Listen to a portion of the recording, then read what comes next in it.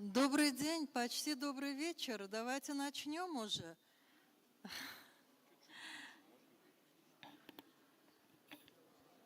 Мадам Диаи, we are starting already.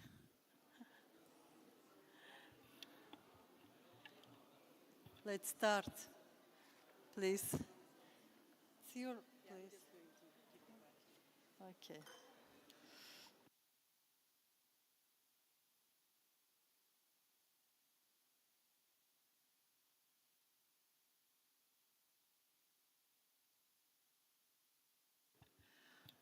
Assalomu alaykum. Hurmatli ishtirokchilar, iloji bo'lsa shu o'rtaroqqa o'tirsanglar, chunki zal ancha bo'shab qolyapti. Iloji bo'lsa shu o'rtaga o'tib o'tirsanglar, menimcha yaqinroq bo'ladi. Я попросила бы всех как-то сесть более концентрированно, ближе друг к другу. Пожалуйста, если можно. Итак, мы начинаем. Так, можем, да, начать? Можем. Мы начинаем нашу очередную сессию. Сессия номер 5 посвящена вопросам гендерного равенства, продовольственной безопасности и устойчивым агропродовольственным системам. Разрешите представиться. Я Диларом Файзиева, депутат Законодательной палаты Али Маджлиса, председатель комитета по международным делам и межпарламентским связям. Но уже более 10 лет провожу эту политическую деятельность и являюсь, конечно, человеком, который продвигает у нас в политике, законодательстве вопросы гендерного равенства, защиты и расширения прав женщин, усиления их роли в жизни общества и государства. И разрешите мне представить участников нашей сессии, докладчиков нашей сессии. Госпожа Тако Ндиаи. Госпожа Тако Ндиаи является руководителем группы по гендерным вопросам отдела инклюзивной сельской трансформации и гендерного равенства ФАО, который располагается в городе Рим, Италия. Госпожа Тако Ндиаи является руководителем группы, уже выше я сказала, и у нее более 26 лет глобального, регионального и национального опыта в учете гендерных вопросов и вопросов социальной интеграции в политике, институтах, статистике, инвестиционных планах с упором на агропродовольственный сектор. До прихода в ФАО в мае 2014 года она в течение 10 лет работала в структуре ООН «Женщины», где занимала, среди прочего, должности политического советника по расширению экономических прав и возможностей женщин и политического советника по устойчивому развитию. В период с 2004 по 2007 годы она также работала сотрудником по экономическим вопросам в Экономической комиссии Организации Объединенных Наций для Африки, где она отвечала в первую очередь за пилотирование индекса гендера и развитие для измерения прогресса в достижении гендерного равенства и расширения прав и возможностей женщин на африканском континенте. Наша вторая участница – госпожа профессор доктор Айше Аята из Анкары, Турции. I am just introducing here, представляю. No translation? Really?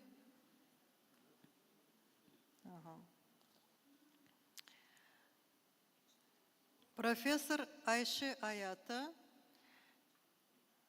является ученым в области гендерных исследований и государственного управления.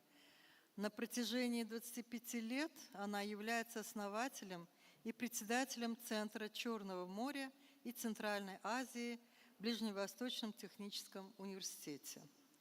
Она была приглашенным научным сотрудником во многих университетах, включая Гарвард, Гумбольдта и Оксфорд. Она работала руководителем группы и консультантом во многих гендерных проектах международных организаций, включая Европейский совет, Организация Объединенных Наций и Всемирный банк.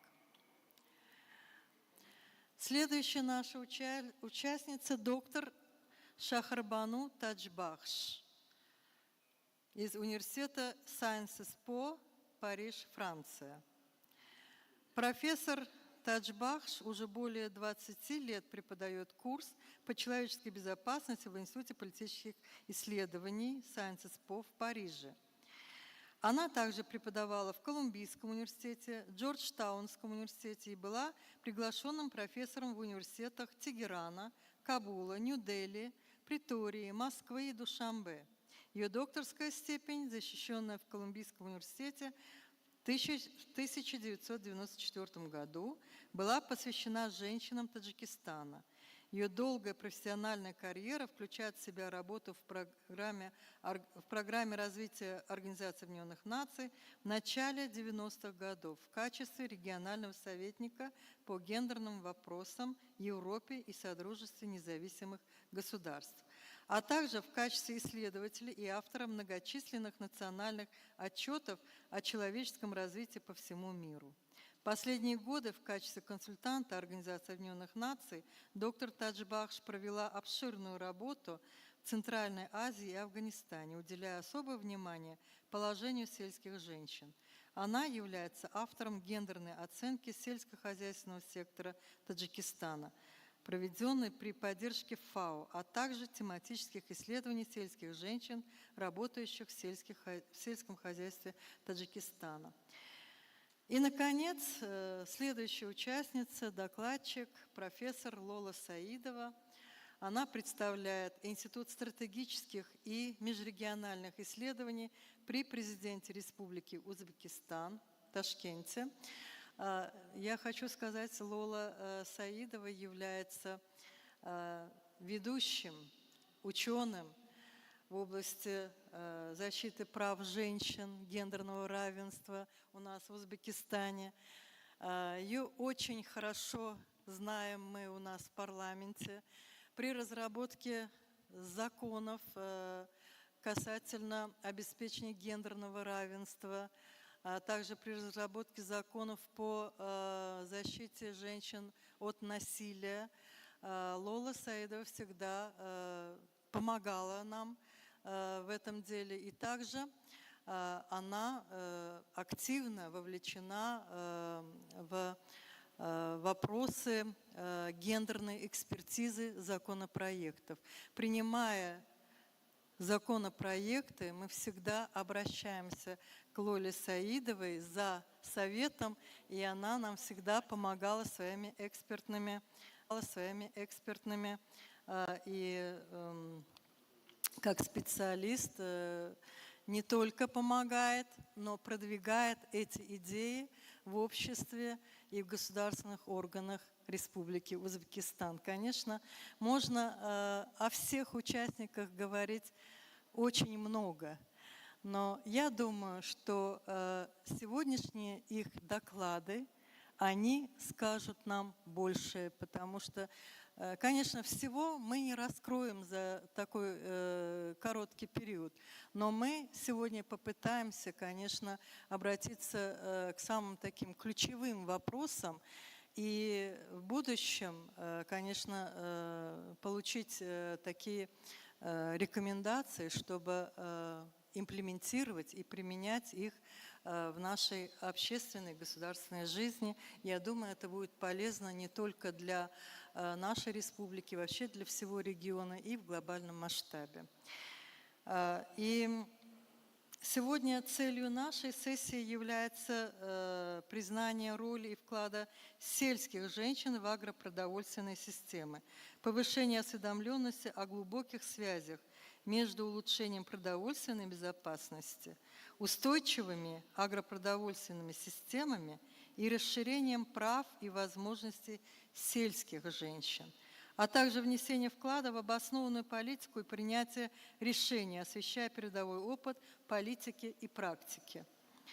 На сессии также будет брошен вызов сохраняющимся стереотипам и предубеждениям, которые препятствуют полному включению сельских женщин в агропродовольственные системы и расширению их прав и возможностей. И мы постараемся ответить на вопросы, как расширить права и возможности сельских женщин, и как это связано с продовольственной безопасностью и преобразующими агропродовольственными системами, и что необходимо сделать, чтобы политика, программы и научные достижения в области агропродовольствия and scientific achievements in the sphere of were inclusive for them to be efficient and sustainable. And we believe that our session will achieve these goals through exchange of knowledges and the results of researches, and then the proposals and approaches which will successfully resolve the issue of gender equality in the system of agri-production systems. And of course, I would like to tell you that each speech will last from 5 to 7 minutes. And of course, now we will start our session with the speech of the head of the FAO on gender issues. С некоторыми вопросами к вам. Во-первых, было бы интересно. So it is very interesting if you could describe what are the main gaps and barriers to reach the gender equality in agri-food systems which influence the food security, as indicated in the recently published global statement of FAO, global report. So what are the main recommendations and outcomes of this global report of FAO? Please, your floor. Yes, Ms. India, it's your floor. Allow me, I will move over there because I have a presentation. Can I do that? Okay. They removed it.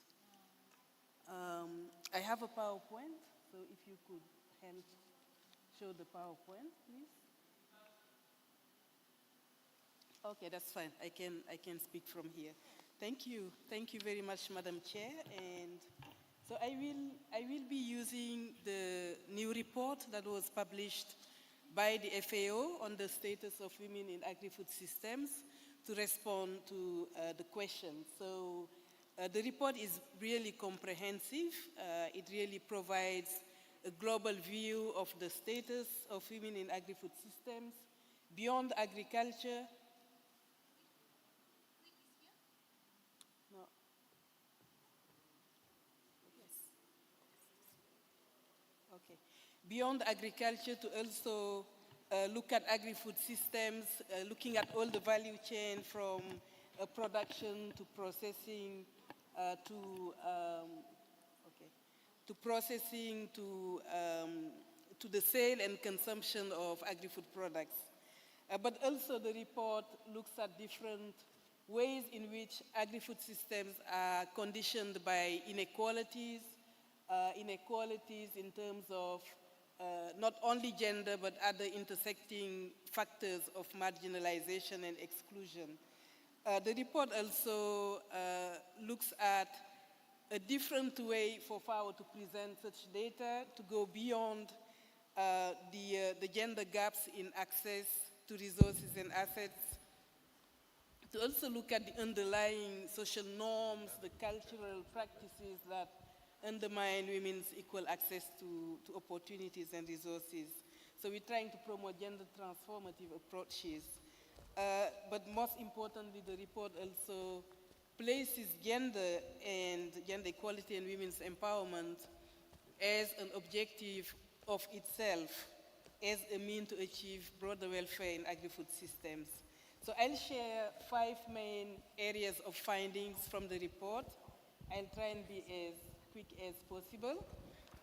So first, the report has really shown that agri-food systems are a major employer of both women and men. And we see that globally, 36% of working women are employed in agri-food systems compared to 38% of working men. So the difference is not very much. And you see it from the graph. On the left side, you have women for 2005 and for 2009. And on the right, you have men for 2005 and for 2019. So agri-food systems are also a major source of livelihoods for women, more for women than for men, especially in low and middle income countries. And also, there are different variations. For instance, if you go to sub-Saharan Africa, there you have like 71% of working women are in agri-food systems. And same in Southern Asia also, where women are really predominant there. So what is interesting from the graph is to see that there is a decline. If you look on the women's side, you see that the figures have reduced between 2005 and 2019. And for the men, it is the same. So what happens is that the numbers of declining decline is related to agriculture, the production part, while it is developing on the other segments of the agri-food systems. So primary agricultural production is where there is a decline. So here, despite women's great contributions to agri-food systems, we know that their working conditions are not very good. They're in vulnerable positions, and this is the second key finding of the report. They're mostly predominant in irregular, informal, labor-intensive, low-skilled, part-time, and more vulnerable employment. So that's what we wanted to show here. Yes, and here there is a bit more supporting data on that to show that in both agriculture and also the off-farm segments of agri-food systems, women are more likely to be in these vulnerable forms of employment. For instance, many of them are contributing family workers, which means that they may not receive salaries. And you can see it here on the right side, the graph that said 49% for women, where the purple color is, means that almost half of women are contributing family workers compared to 17% of men only. Also, we know that in off-farm segments of agri-food systems, fewer women than men work for wages and salaries. And it's the other graph where you see 75% of men work for salaries compared to only 60% for women.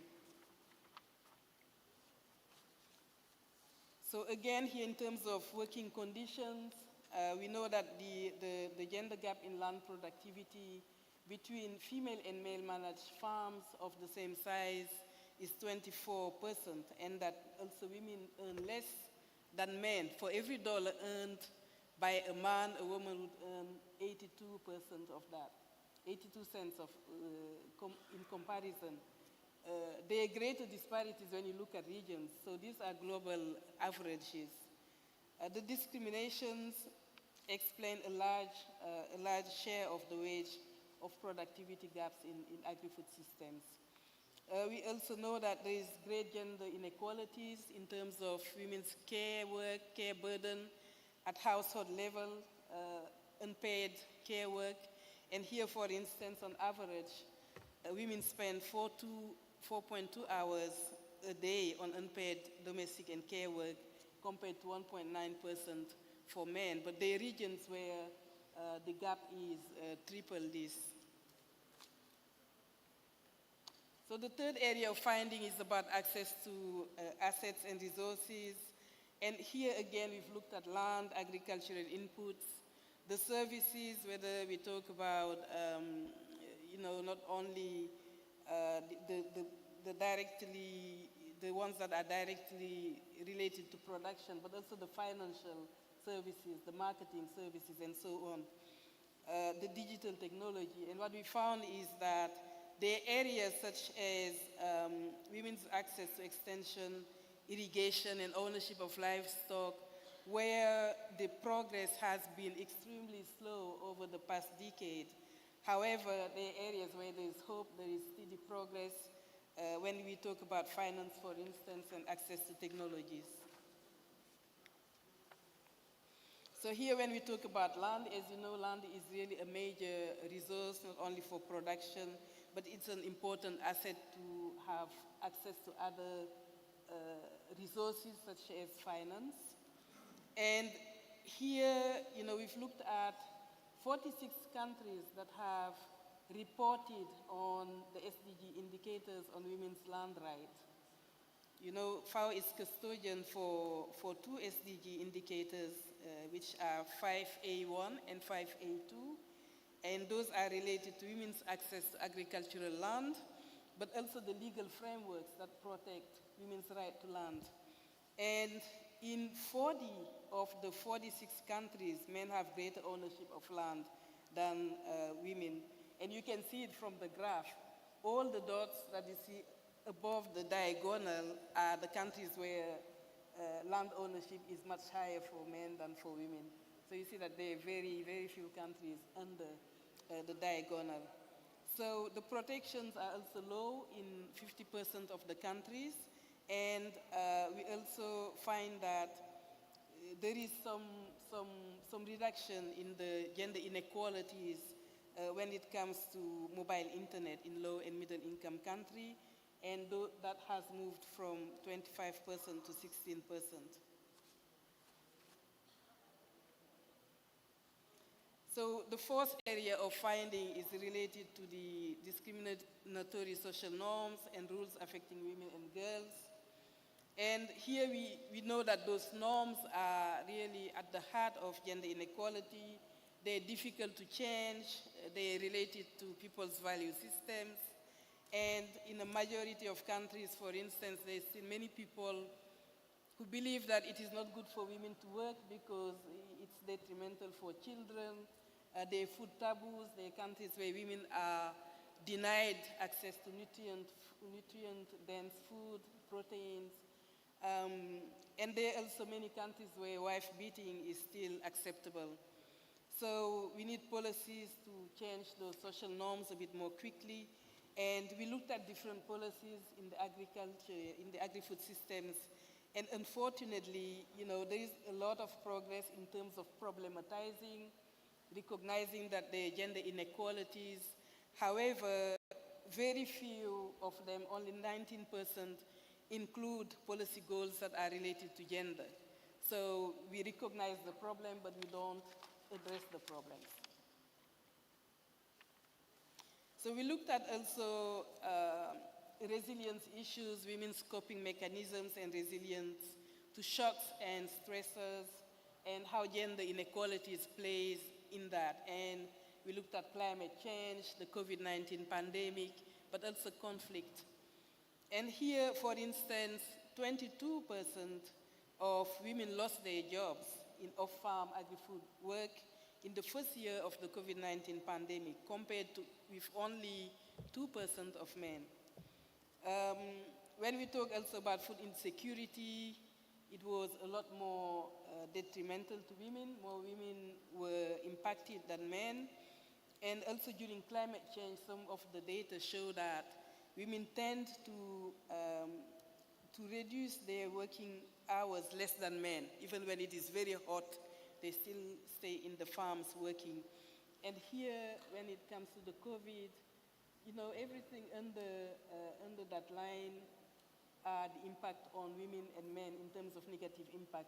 And you see that the orange lines are a lot more prominent, which are the impact on women. So the policy highlights, I'll go very quickly. So we find that gender transformative approaches are cost effective, they can change social norms, they can engage men and boys to promote and support change. Also, closing the gender gap in land tenure has benefits in terms of also employment, investment, the natural resource management, the access to services, the resilience, food security, and also in reducing gender-based violence. We also know that access to formal child care has a very positive impact in terms of allowing mothers to return to employment, to get a salary and income. Group-based approaches are also very important in terms of strengthening the institutional development of women's organizations and groups. And social protection also we found can increase women's employment and enhance their resilience. So this will be my last slide, 3 calls to action. The first one is that we need data. We need to invest in high quality data that is disaggregated by sex, but also by age and other dimensions so that they can inform sound policies, sound programs, sound investment plans in the agri-food systems. We also need to scale up the interventions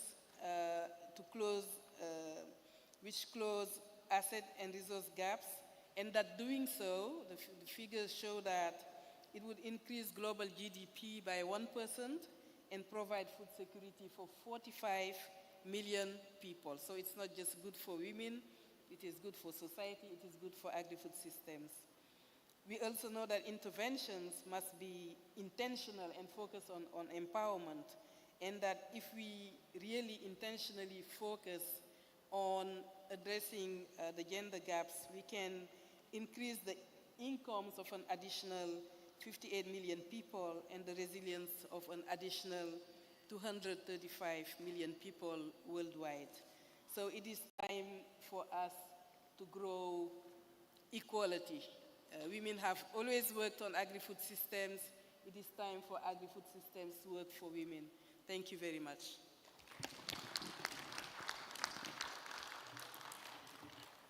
Благодарю вас.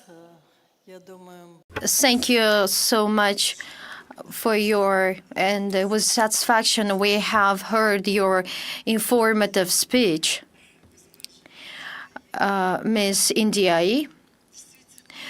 Certainly, as we see, in your presentation, there is a tendency for achieving the gender equality in food, agri-food, and the complex analysis by the FAO.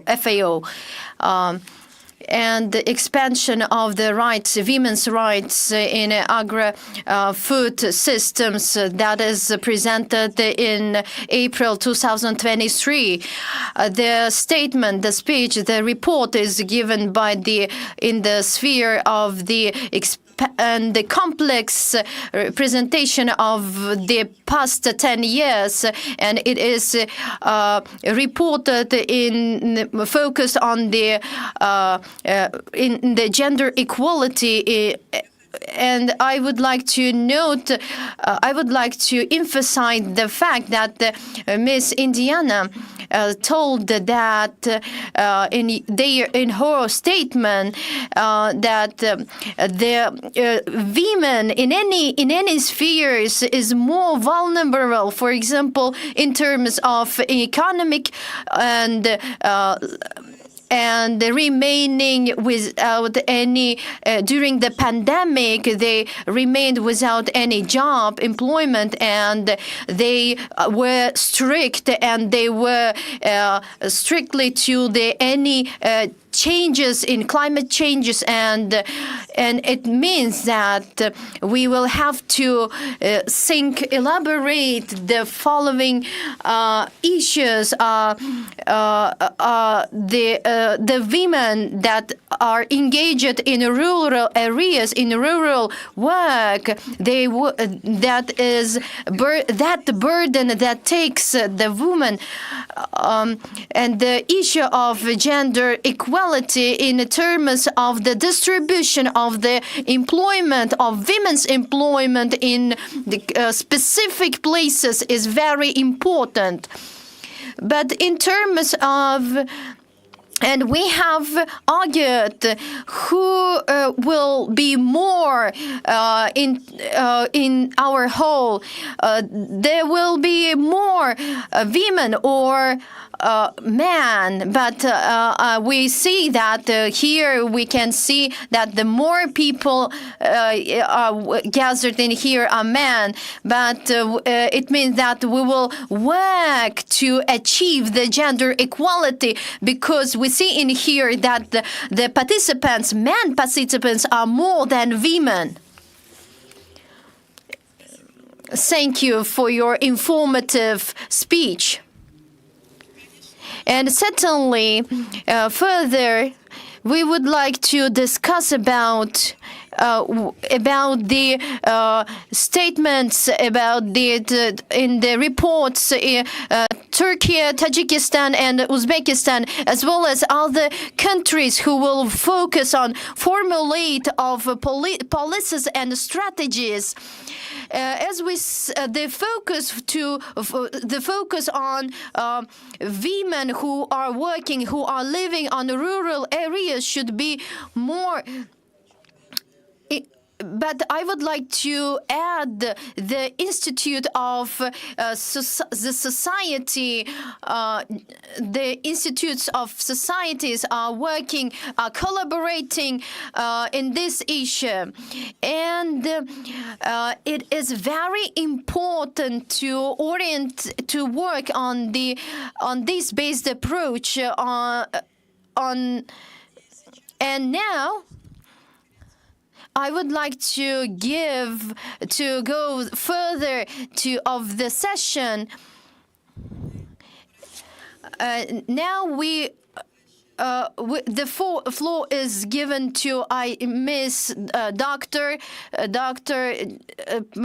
Professor Saidova, Professor Dr. Bakhsh, and from their points, I would like to have your highlight in terms of Tajikistan, Turkmenistan, and I would like to know what main gender restrictions should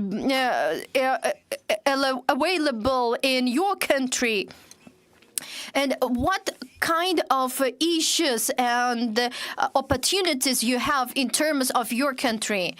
And now I would like to give these questions, and the floor is given to Miss Professor Aisha Aye. Aisha Aye, please.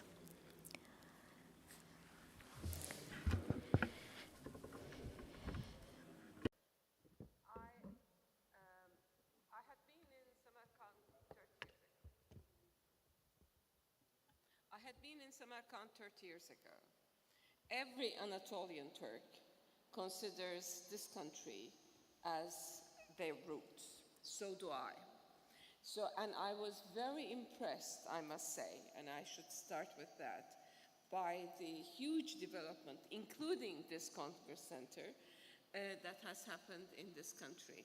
So I want to start by congratulating not only the organizers, FAO, but also the whole 30 years of investment into this country. Well, until about a few decades ago, in rural areas where independent farming was dominant, like Central Asia, we could talk more on general terms. For example, there was a clearer gender division of labor. We could say that most women are unpaid family workers. They are taking agricultural activities as well as household chores. In the last decades, however, there has been many developments, some of which have been already mentioned in this conference, including the climate change, including the mechanization of agriculture, including increased productivity, diversity, and increasing productivity, as well as migration, poverty, malnutrition, and problems regarding food security. All of these challenges are intertwined into each other, being caused and affected by each other. We can start from either one of them, and we'll see that they are related to each other. We can see the impact of each on the other. So all these factors, adding to cultural, social, and religious causes of gender inequality, has led into some further inequalities, but also to some improvements. Well, I want to say something which was very important. I want to start with this. I mean, we're going to talk about 3 countries here, which are very important and which are related in many ways. Exactly like there are differences between countries, within the countries themselves, as you have mentioned, there are huge variations in terms of the role and the position of women in the society. The recent FAO report on food security draws attention to rural-urban balances, and today I want to discuss also highlight the problem of migration as a challenge in this context. I shall be arguing that we need a concerted action, differentiated policies to improve the lives of rural women, not necessarily to stop migration, but to somehow understand the causes and the impacts of migration. An example of such a concerted action that has multivariate dimensions has started from my own country, Turkey, and now is extending to this region, to Tajikistan and to Uzbekistan. At present, FAO is conducting a project entitled Leaving No One Behind, Greater Involvement and Empowerment of Rural Women in Turkey and Central Asia. The most important step, which has already been mentioned in some of the presentations in the morning, is to know, to understand. You also have mentioned the data collection. We started by doing a countrywide research, and you'll hear about that on Tajikistan soon. And I want to underline one very important dimension of this research, of the findings. The rural population in Turkey is only 17%. In comparison to Uzbekistan, for example, which is 50%, and 60% in Tajikistan. So we're talking about different structures, different countries. Moreover, the significant proportion of the rural population in Turkey is old age pensioners, which constitute nearly 1/3 of this rural population. So soon, there may develop a shortage of labor and old age dependency and poverty. On the positive side, however, there has been tremendous increase in mechanization of agriculture, and the need for female unpaid labor, which reinforces patriarchal values, has decreased.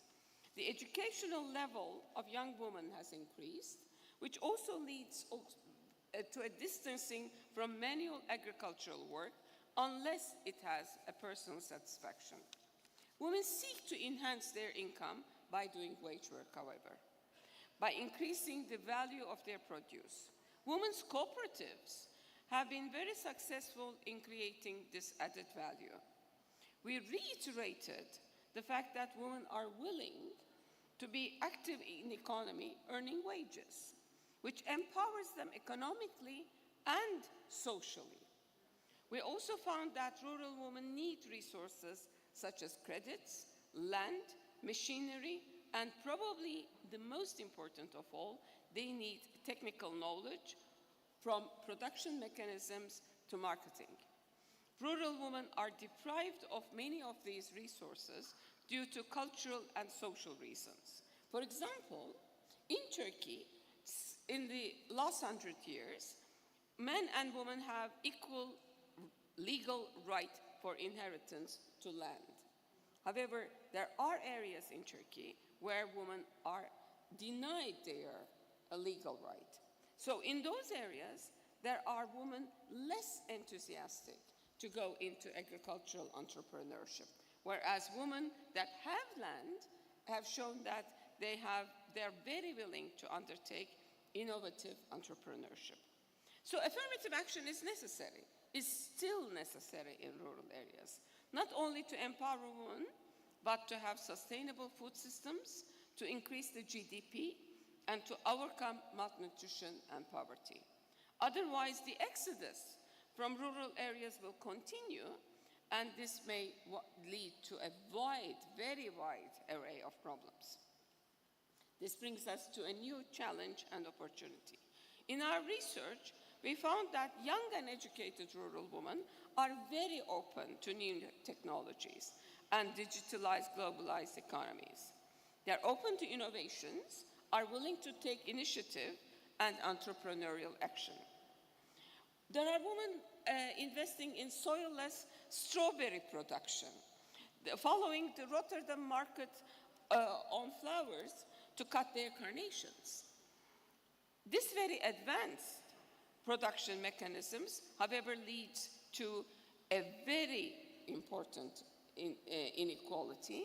That is to say, all of them that do not have access to a digitalization or do not know about the digital technology has a different kind of, leads to a different kinds of inequality in itself. So in short, we have found that the structure of rural life has changed enormously in the last couple of decades. There is a lot of diversification. There is a lot of different kinds of gender inequalities. There are women who are single parents, pressurized under double, even triple burden of care work. They have to fight poverty, deprived from all means of economic activity, except for some occasional precarious, irregular work. There are women that lack the means of economic independence as unpaid family labor, and some of whom have to live in poverty and become aid dependent. There are women who live a rural life but are dependent on income from urban areas. However, there are also women entrepreneurs that either get organized in cooperatives to increase the value of their produce by processing and marketing, and there are also those who make innovative agricultural investment.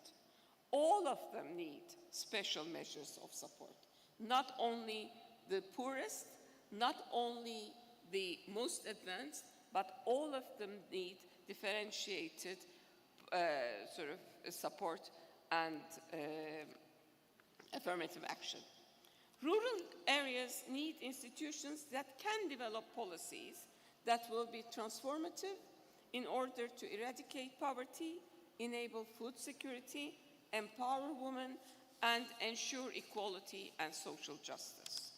The complexity of the rural life has to be understood. The interventions have to be designed to satisfy differentiated needs and demands of women. Of course, the most important dimension of this commitment is the commitment of the national and the international organizations. The capacity of the staff has to be improved to implement those actions. We do not only need commitment, we also need institutional capacity building. So as a last sentence, I want to draw attention to Corina Haug's talk that proposed a centered action, a concentrated action to a system, to a kind of a system action for the institutions. And this looks as if it is a new solution which could be implemented by many other countries in the world. Thank you very much. Thank you very much. It's really interesting, and большое спасибо. Я уже перешла на английский чуть. Thank you very much. I even moved to English, switched to English.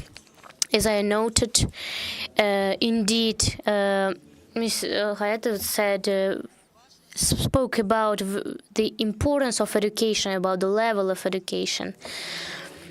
And the fact that young women educated women, they tend to be more interested in new technologies. They introduce to their entrepreneurship innovative methods. This speaks a lot, actually, that we have to work on that. I mean, about the level of education, to equip them with the knowledge and skills required. So this is what I noted for myself. And I also liked another point that have been raised. Yeah, we can speak a lot and about many things. You have raised a very key factors that we have to develop, we have to take into account. But what I really liked was the importance of the close cooperation of the national and international organizations. So I believe this is very important. As a parliamentarian, I can say that the role of parliament is also very high, and that shall support to the for the sake of close cooperation of different stakeholders. And I hope that in the future we also will make our contribution, will be equipped with the new knowledge, and in our activity will follow the policy that we are discussing now. So thank you very much for your presentation. And now now would like to give the floor to Ms. Tajbakhsh. She will speak about gender equality at the example of Tajikistan. Thank you. Yes, if with your permission, I will stand up. And so, good afternoon. I shall say that I'm not a Tajik, I'm Iranian. And so I love Tajikistan, and I also love Uzbekistan. Here I lived, and as you said that Anatolian Turkeys really like this country. I also very I like Uzbekistan. So with your permission, I will continue in English. On Tajikistan. I have been living off and on in Tajikistan for almost 30 years. I did my dissertation in Tajikistan, and I recently, back in '94, I did a survey among 1,000 women to see how they were living during the war. And recently, thanks to FAO, I went to some of these regions to see how they are now living with agriculture, with seasonal work. What is the situation? So I have some observations. Now, the case of Tajikistan is very different from Turkey on one area, because it is, as you said, majority rural, and it is going to stay rural. It's one of the countries in Central Asia that FAO has said it will continue to remain rural, right? Even though there is quite a lot of migration towards cities, but the majority of households continue to live in rural areas. And agriculture employs the majority of the population, 60% of the population. Agriculture, however, is not enough to sustain livelihoods. So therefore, there's a huge migration to countries working out, as you've heard. I think it's also happening in Uzbekistan, to work in Russia. 90% of the people going to work abroad are from rural areas, and they're mostly men. So basically what we have is a lot of rural areas have become female. So we have the feminization of agriculture, feminization of rural areas. what we have is basically women live mostly on the land. You have many regions where there are not many men left, right? But what happens is that women have discriminations in terms of access to land, credits, seeds, equipment, and knowledge. So therefore, you have a lot of the structural problems because of the feminization of agricultural labor. Now, as you know, Tajikistan, they dismantled the kolkhozes in the late 90s, early 2000s, in order for the populations to grow their own food as a measure for food security. However, what has happened is, with the dismantling of the kolkhozes, a lot of the social infrastructure also disappeared in villages. Water distribution, detsad, kindergartens, right, that they were linked to the kolkhozes, have dismantled. And the people who received the little land from the kolkhoz are not really able to work much on it. They don't have equipment, they don't have enough land to grow productive crops, and those happen to be female-headed households. So basically, women who inherited kolkhoz land as their own, they may have certification, they may have ownership, but they don't have access to equipment, they don't have much help. So basically, we have a lot of inequalities. You were talking about inequality in the countries. We have a lot of inequalities in villages now between those who have children in migration, so they have able to build nice houses, those who have big land that they can actually work on, cultivate, and privatize, and basically sell. Young women who work on the land for free because it's from their own family, and women who are working as temporary seasonal workers, either on the farms or in other areas. In Tajikistan, they're using a men-related mardikar. Mard is men. They don't even call it zanikar. They call it mardikar. But it is the women who are actually involved heavily in this extremely insecure job. Now, what are the structural constraints? There are some related to the sector of agriculture, and there's some that are because of the gender discrimination. The problem of agriculture in general, that there's a large neglect of the agriculture sector, even though there's quite a lot of government strategies, attention, donor investments, but the agriculture sector still, productivity, has a lot of challenges in terms of production, storage, sale, value added, and rural areas are a lot of times neglected, left to donors, private sector to support it. It's extremely interesting coming in from donors, but they're ad hoc. They're not sustainable. They don't get duplicated in other parts. So agriculture itself needs a lot more investment and support. There is second problem is the limited access to decent jobs. That is why men are leaving, because there are no jobs.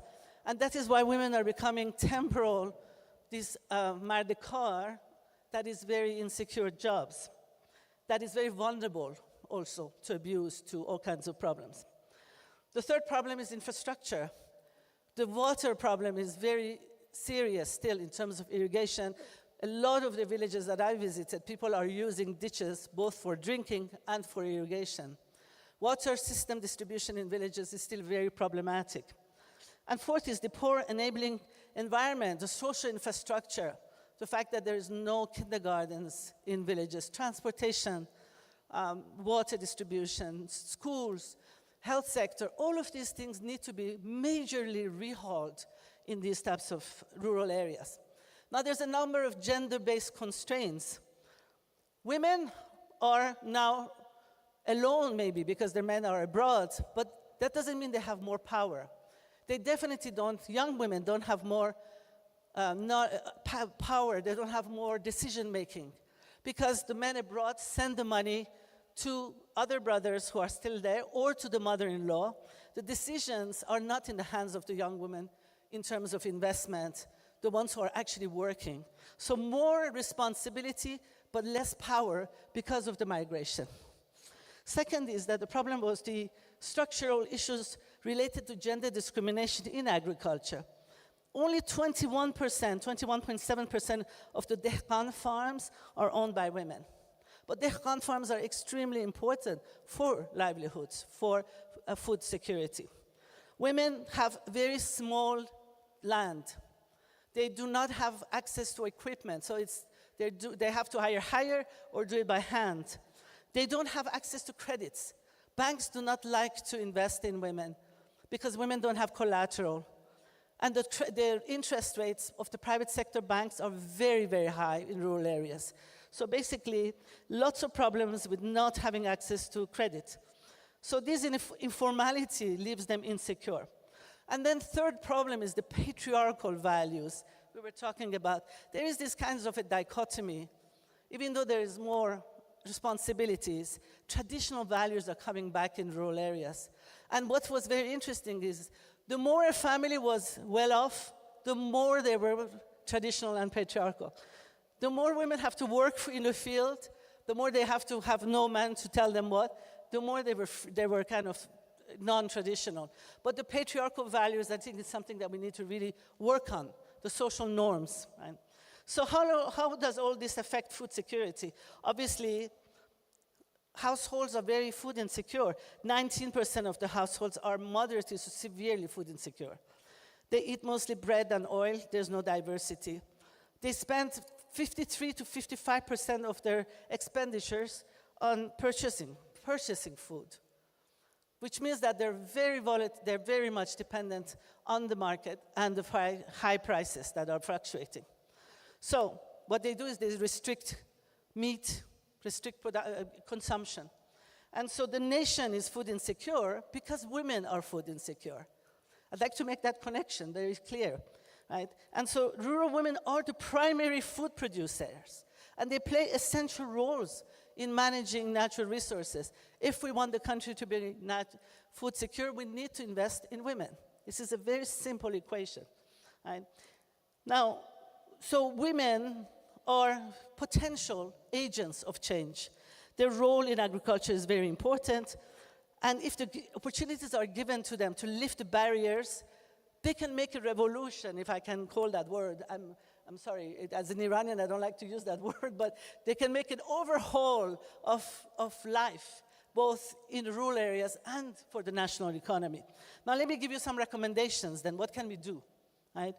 Number one, obviously, some of these recommendations are geared towards the agriculture sector that needs to be rehauled, and some of them are about gender in agriculture. We cannot separate the problem of women and agriculture.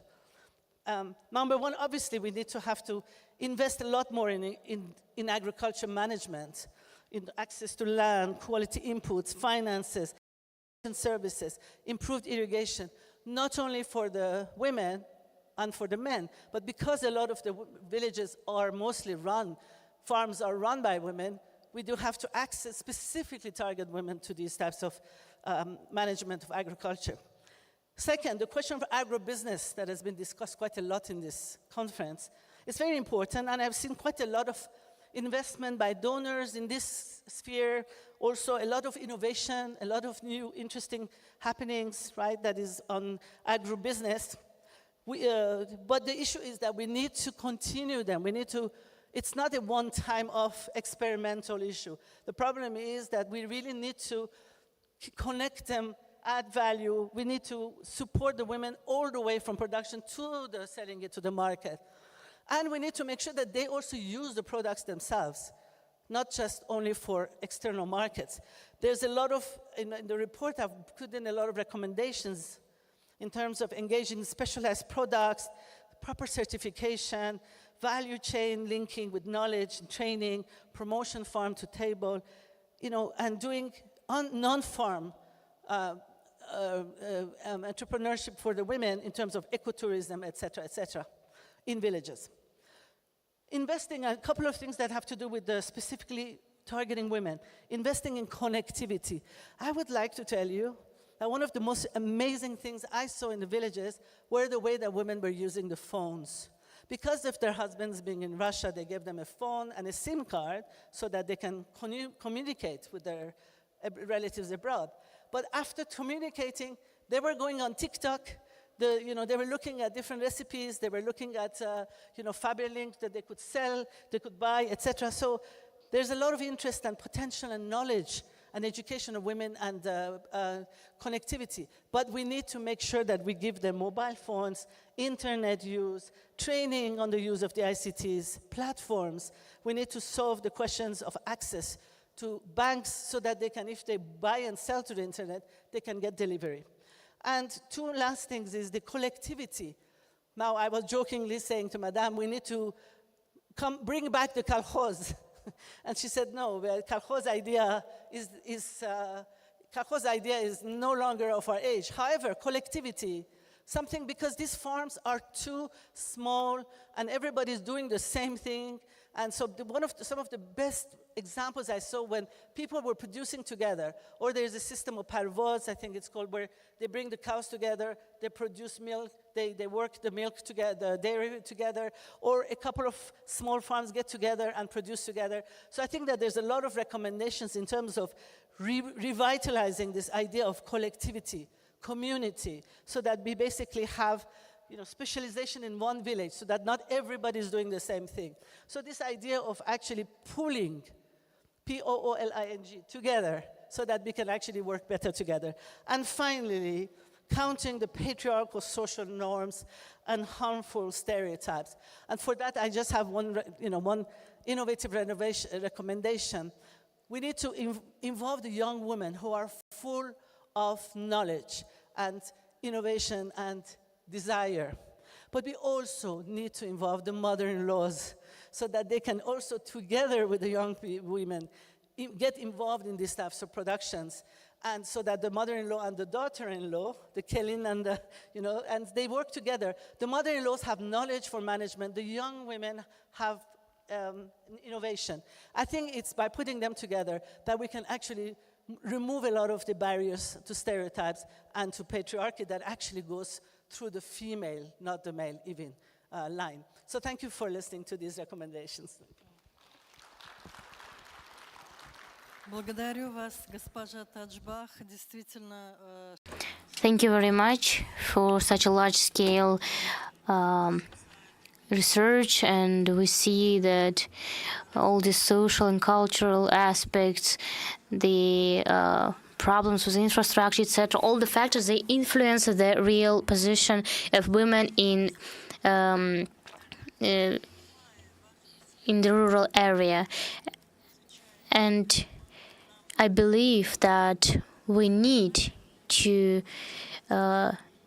design, to develop right measures in order to reach the equality in rural areas, because this also influences the level of the lives of people.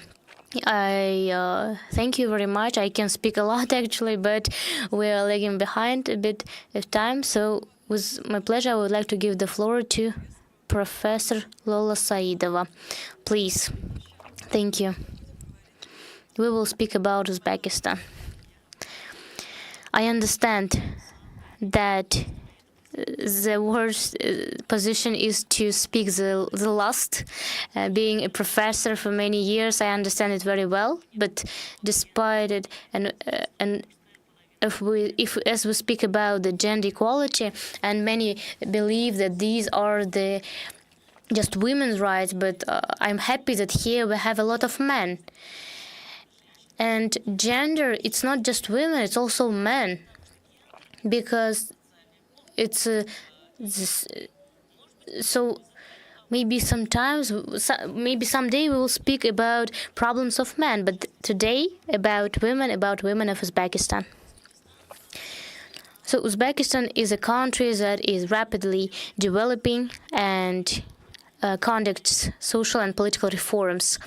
I would like to say that the gender equality is a priority of the state policy for the latest period for many years. It is indicated in all our documents, and there is a strategy of development of Uzbekistan until 2026, which actually lays down the importance of the gender equality And also, Uzbekistan adopted a gender equality strategy to develop the women's potential and equal rights in the social and political life. So here on the screen, you may see the gender strategy of Uzbekistan that was developed with the help of FAO in Uzbekistan. So taking the chance, I would like to share my gratitude to this organization for the innovative approach, gender approach in the rural area. Many countries don't have that yet, but we, for last 2 years, already been using it. A big team of experts have been included, and I would like to share my gratitude to the team of FAO, and so we have. So this is a really big document, and I cannot speak about it in details. I will just share with you the key outcomes and how important in all the spheres of the rural area to launch this very important social project that would benefit the agriculture of Uzbekistan and also the social development of Uzbekistan. We should note that the gender policy of Uzbekistan and the laws adopted in this regard, just pay attention on the name. The guarantees of women and men, so ensuring the guarantees of women and men. And this law indicates that in each organ, let it be a city or town or a village, so there will be one person who will be responsible, who will have functions to monitor the gender. So there will, in each unit, let it be the ownership or state body, etc., there will be one responsible person who will take care of gender equality. Will consider the proportion of men and women in this organization and whether the rights of women are violated.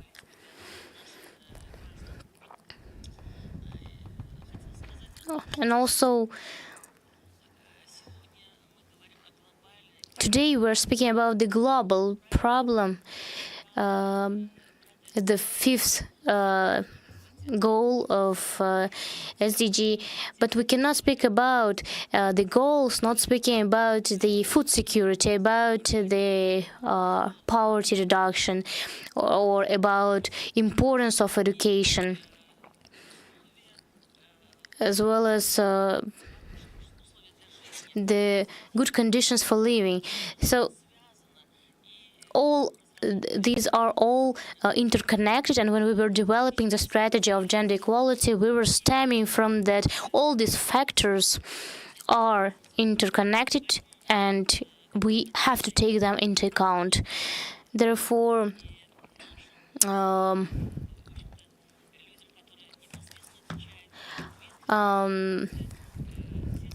those who are involved in the sector, are responsible for the advancement of gender equality in the country, can rely on this document that can be a very good instrument. So the strategy takes into account the specifics of Uzbekistan, the quality, and quantity parameters.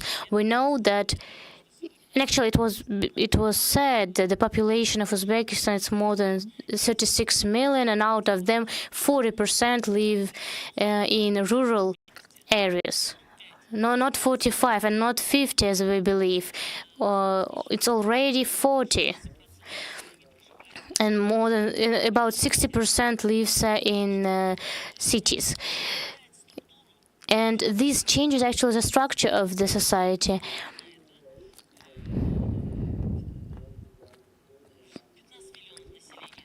So 15 million of the population lives in the rural area, and 3.5 million out of them are women working in a rural area.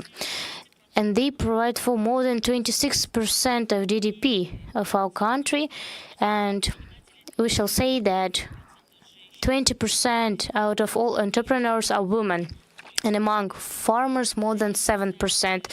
There are special projects aimed to, and even special association taking care of the increase of the number of women working in rural areas. And recently there were appointments in district and city organs, and many of them are women. So the policy that we are undertaking, and actually the global policy that is through the prism of the human rights, it is implemented in Uzbekistan and finds its practical application. There were even a program where people were knocking each door and were asking what is the situation in the family and how the woman feels herself in her house. There are different mini programs, different credit loans provided by banks to women. So a lot of efforts are applied so that women could have all the resources. And this is, of course, connected to the well-being of the population. So just some words about the problems we should actually raise and are very important for our country. To ensure the food security, the contribution of women is very high, and women work in farmers and in horticulture and in different other sectors. So there are even directions where mostly women are involved. For example, as processing of agricultural products. They also take part in the process of sales of agricultural products. There are even special programs that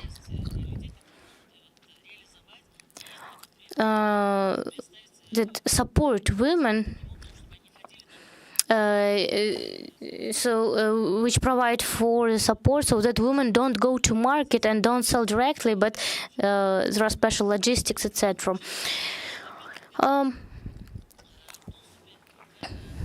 We also speak about the access to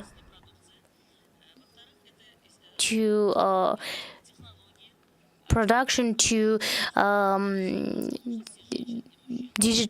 digital instruments, and also participation of women in making decisions. Women shall take part in all the processes, in all the stages of decision making. So do we build a bridge, or maybe we speak about the pipelines or access to water? So it doesn't matter what kind of topic or direction it's, for example, building kindergartens, or let it be small entrepreneurship. The voice of women shall be listened to. And the strategy actually underlines the importance and the role of women in all these processes and providing for all the opportunities so that women are listened to. They have all the opportunities, and I can say that the strategy was implemented very successfully in the country. Thank you very much. If you have any questions, I will be happy to answer them. Thank you very much. So I think a lot have been said, all the factors have been enlisted, and I thank you very much. You showed us that there is a strategy that have been developed, and what actually says that we have kind of a roadmap, what we should do to improve the current situation, not to have the gender gaps. Unfortunately, the time is almost up. We started very late and we should finish now.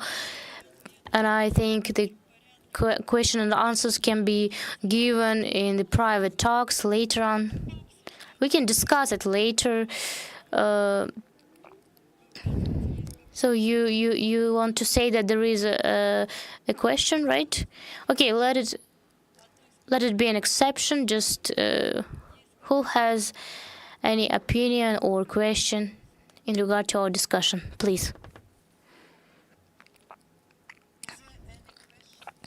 Please. Yes, please. We do exclusion for you. Yes. Only. Please. Thank you so much for giving me the floor. I know time is very short. My name is Umar. I'm from Pakistan, and more than 2 and 3 years I work for women empowerment. And I work for Iran, I work for Pakistan, I work for Afghanistan, because I start from my own country, from my own hometown, because we have no women empowerment, no access to education.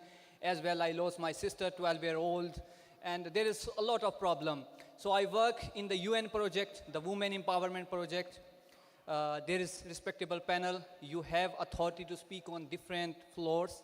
So my question is that we are speaking about women empowerment.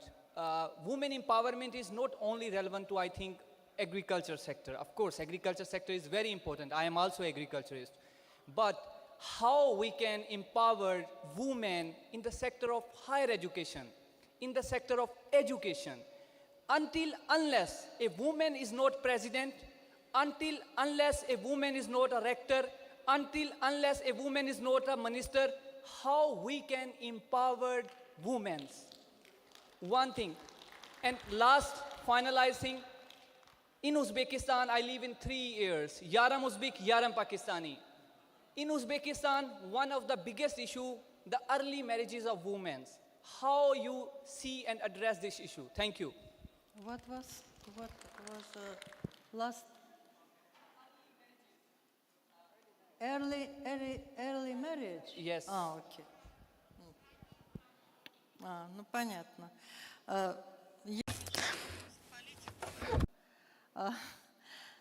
Я должна...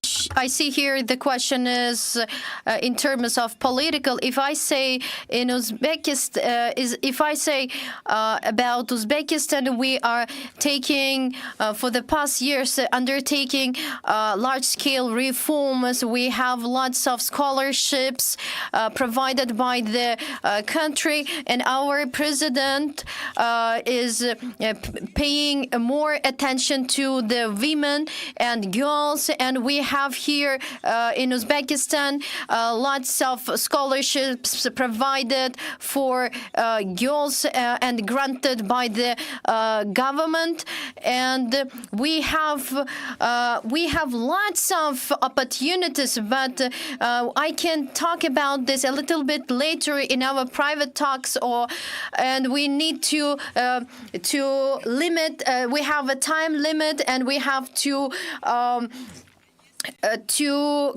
correspond or to the time limit. And if I say about the we have a law that the early marriage is prohibited in Uzbekistan, and the age of the marriage is 18 years. It starts with 18 years. Under the age of 18 years, the girls and the boys are not mature for the marriage. And that's why we never recommend or advise we need to talk more with girls and with in families, and we need to talk in these matters to educate our girls. And we are trying to have higher education, but the question is another, and the issue is another, is not linked here. But now, in our educational institutions, the deans, we have lots of women deans, or more. We have more women in politics, and more share of the percentage are women. And in terms of political sphere, and we are trying to have to elaborate strategies to draw any kind of documents and strategies, roadmaps to support our women and girls. Thank you. I'm sorry. Here we have only 3 women who are the deans of the institutes. How many ministries, women ministries, you have in Uzbekistan? We have Minister of Education, and I would like to note, as a woman, the presence of women in political sphere or in the governmental level. If I say in more than 30% of deputies are women, I need to talk about. I need to that the professional education is important in political sphere. I would like to add that in Uzbekistan we have an agency in Uzbekistan as Argos agency that promotes, and we have all positions in political sphere or in government level. In this agency, we have virtually need to apply for these positions. That till the end of this year, we need to have 1 deputy deans, what deputy ministers in Uzbekistan.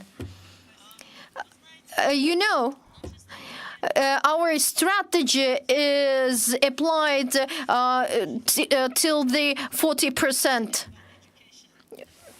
The problem of education needs to be a value that needs to be revived by families. The problem, not just in Pakistan, in Uzbekistan, in France, where I live, everywhere in the world, problem of education is, does it make money? Does it, do we make, if you study this, is it going to make money? If not, then I will not even pursue education. So I think it's very important to kind of bring back the value of education at all levels, and that should be done through families as examples. Yeah.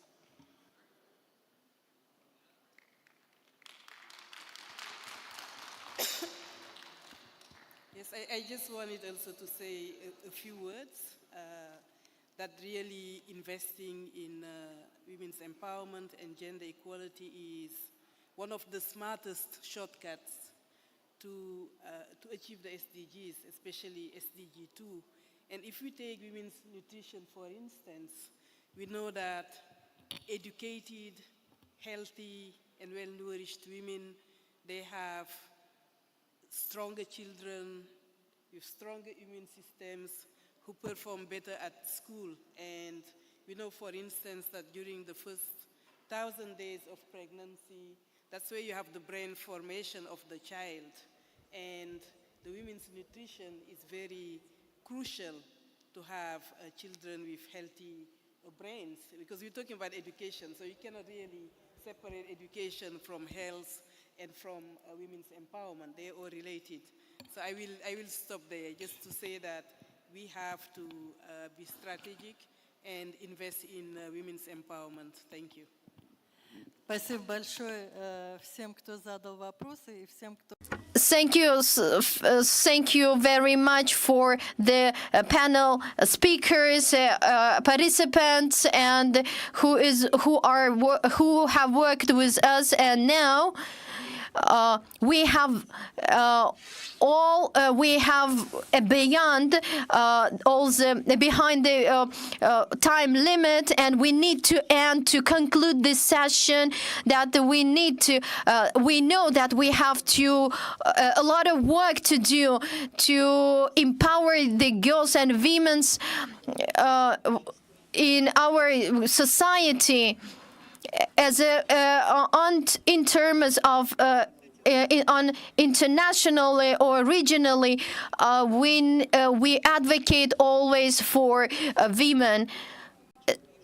We stand for girls, women, and we always say to pursue, to eager to educate, to study, and to be a member of the society, and ultimately. Not only these reasons depends on women or girls, but on the other hand, it depends on the man. Thank you very much.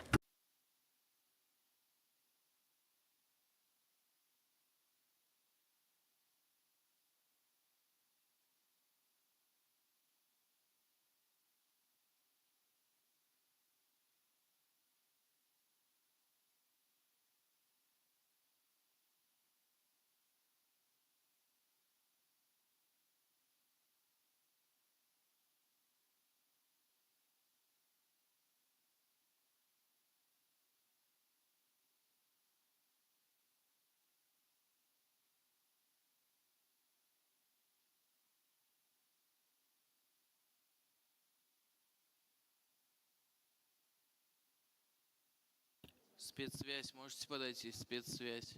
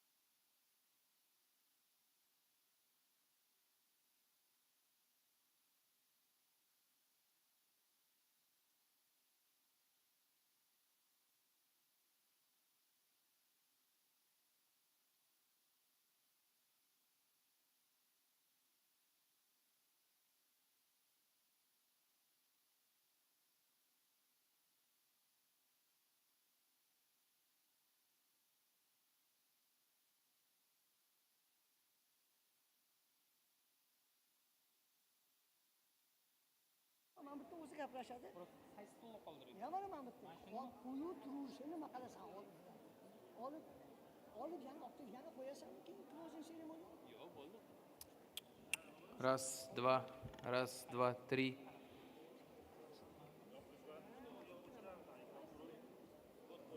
Стоит церемония. 505, 506, 507.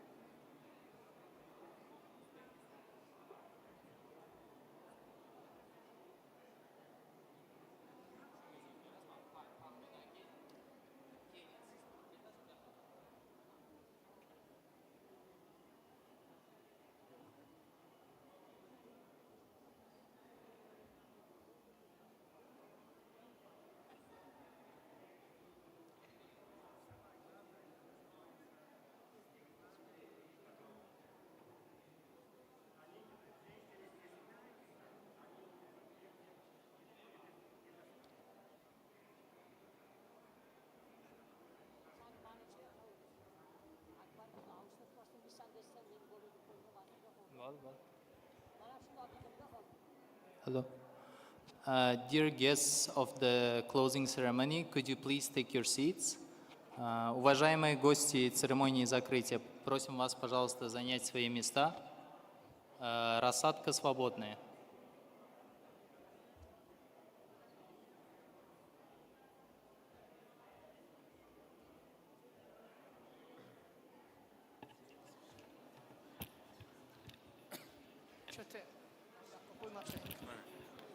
Ужасность.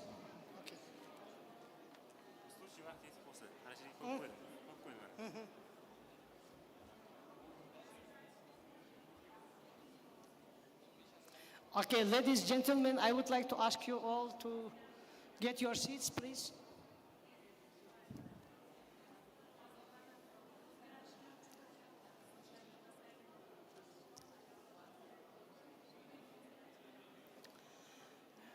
İltimas, hammaylar joy-joylarga o'tiringlar. İltimas, sessiya boshlanadi hozirda.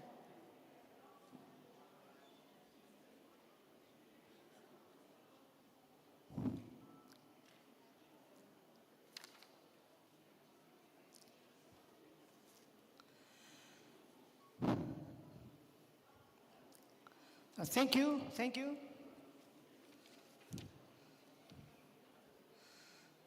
So with your allowance, I will continue plenary session. We couldn't manage to finish and we continue. So we have several speakers from different countries. And the first speaker is Vladimir Grakun, Deputy Minister of Agriculture and Food of the Republic of Belarus. Thank you.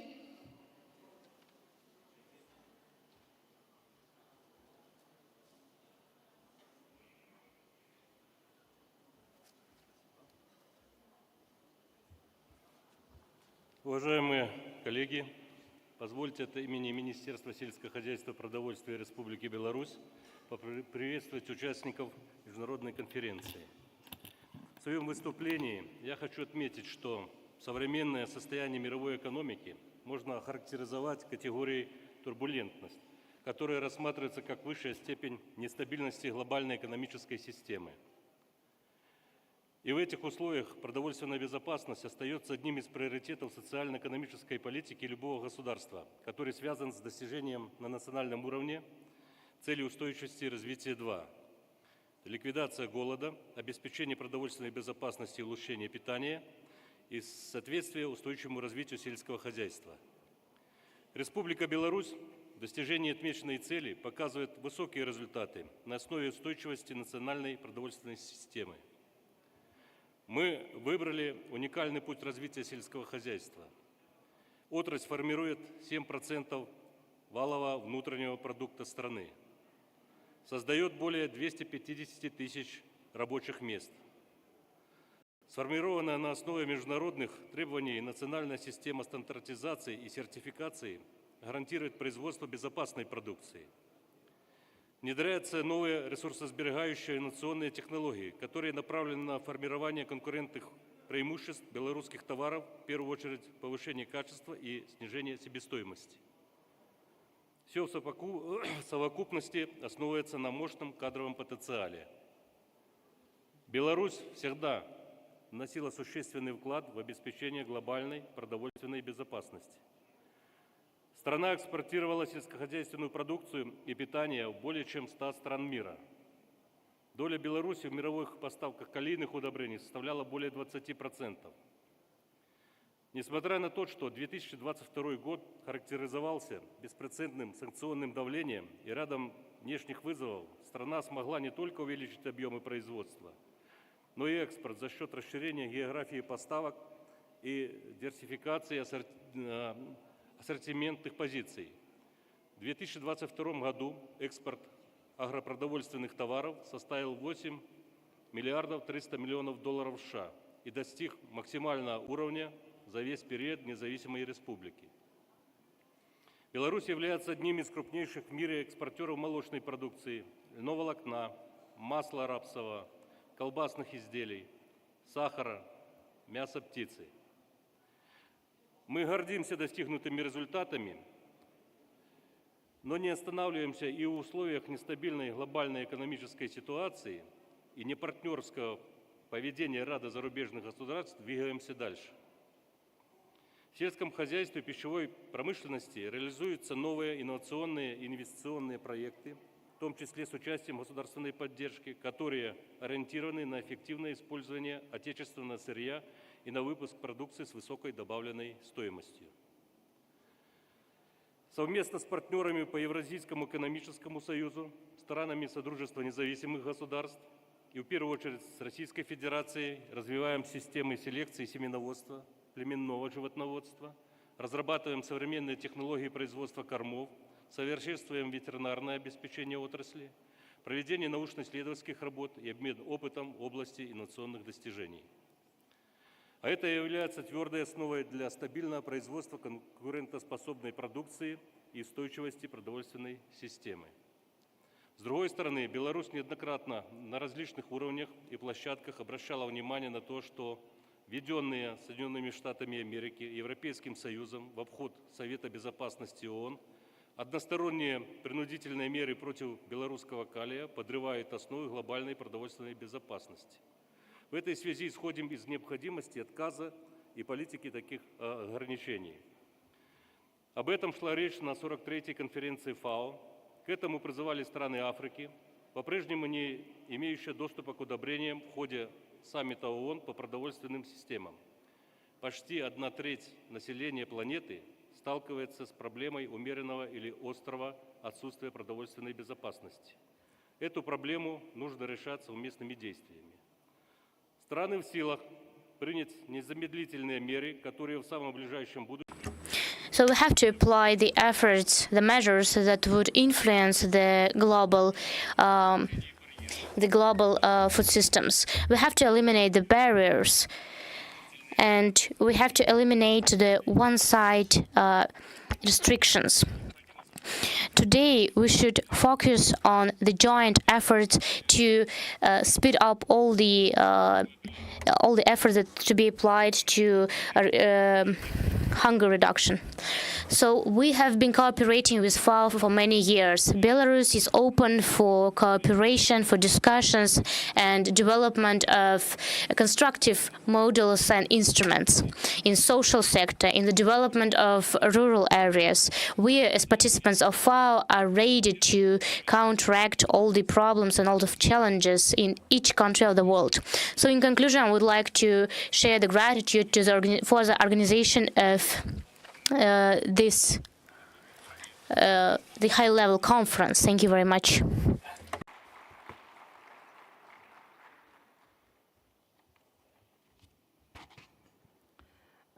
Thank you, Your Excellency, for a very nice talk.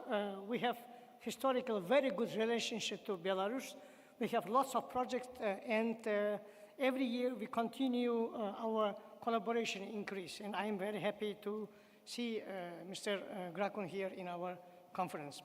So now it's my great pleasure to give a talk to His Excellency Hong Kao Wu, Deputy Minister of Agriculture and Rural Affairs of the People's Republic of China. Please, floor is yours.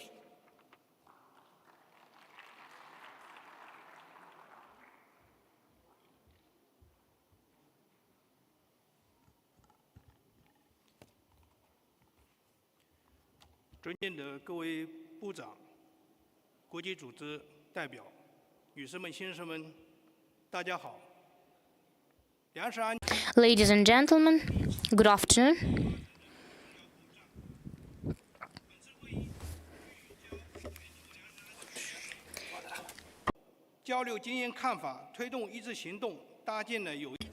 So the Chinese government pays a significant attention to the food security and always believed that the solution of the food security is the high priority in the country.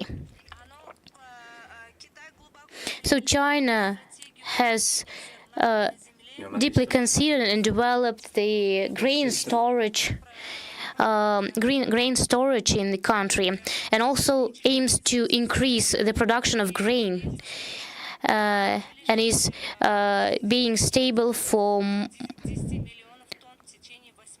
at the amount of 650 million tons for many years. So it is important to provide for all the resources for the Chinese people and to make contributions to the global food security and sustainable rural development.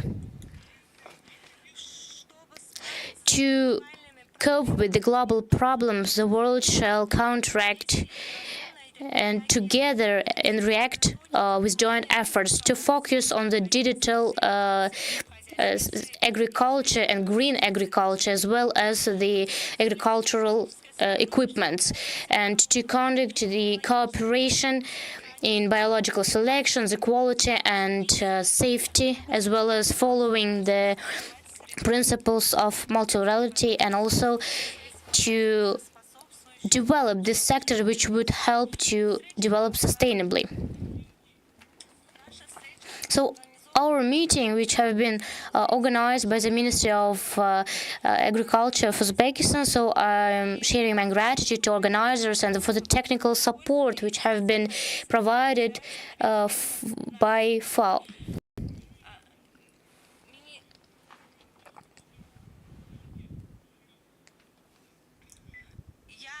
So I hope that in the future we will continue our collaboration in the same tempo, and China is committed to fully cooperate and put forward the advanced technologies it has. So we shall solve our common problems together in ensuring the food security for each person in the world. So China had many years experience of counteracting hunger and fighting hunger, and we have developed a strategy to fight with hunger. And stemming from the lessons learned, we have some certain principles and strategies, and in this regard we urge and call everyone for dialogue and practical application of all our new technologies. And I also would like to know that not only the quantity but also quality plays a big attention. In September of 2020 and 2019 in Shanxi, on 19th and 20th of September there will be a summit of the food security. During this forum, we will continue our discussions of the strategy of further cooperation.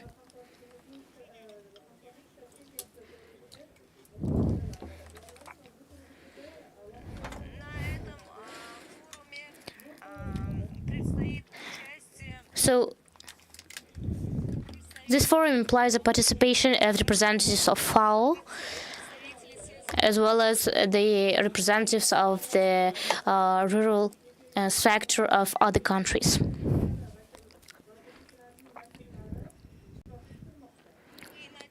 So we hope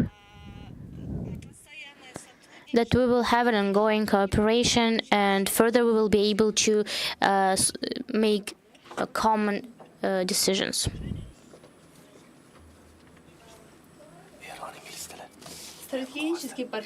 Not only business in agriculture, but also we have lots of projects with China on cotton, on rice, on wheat, and China is now leading country in most modern biotechnology tool, which is called genome editing.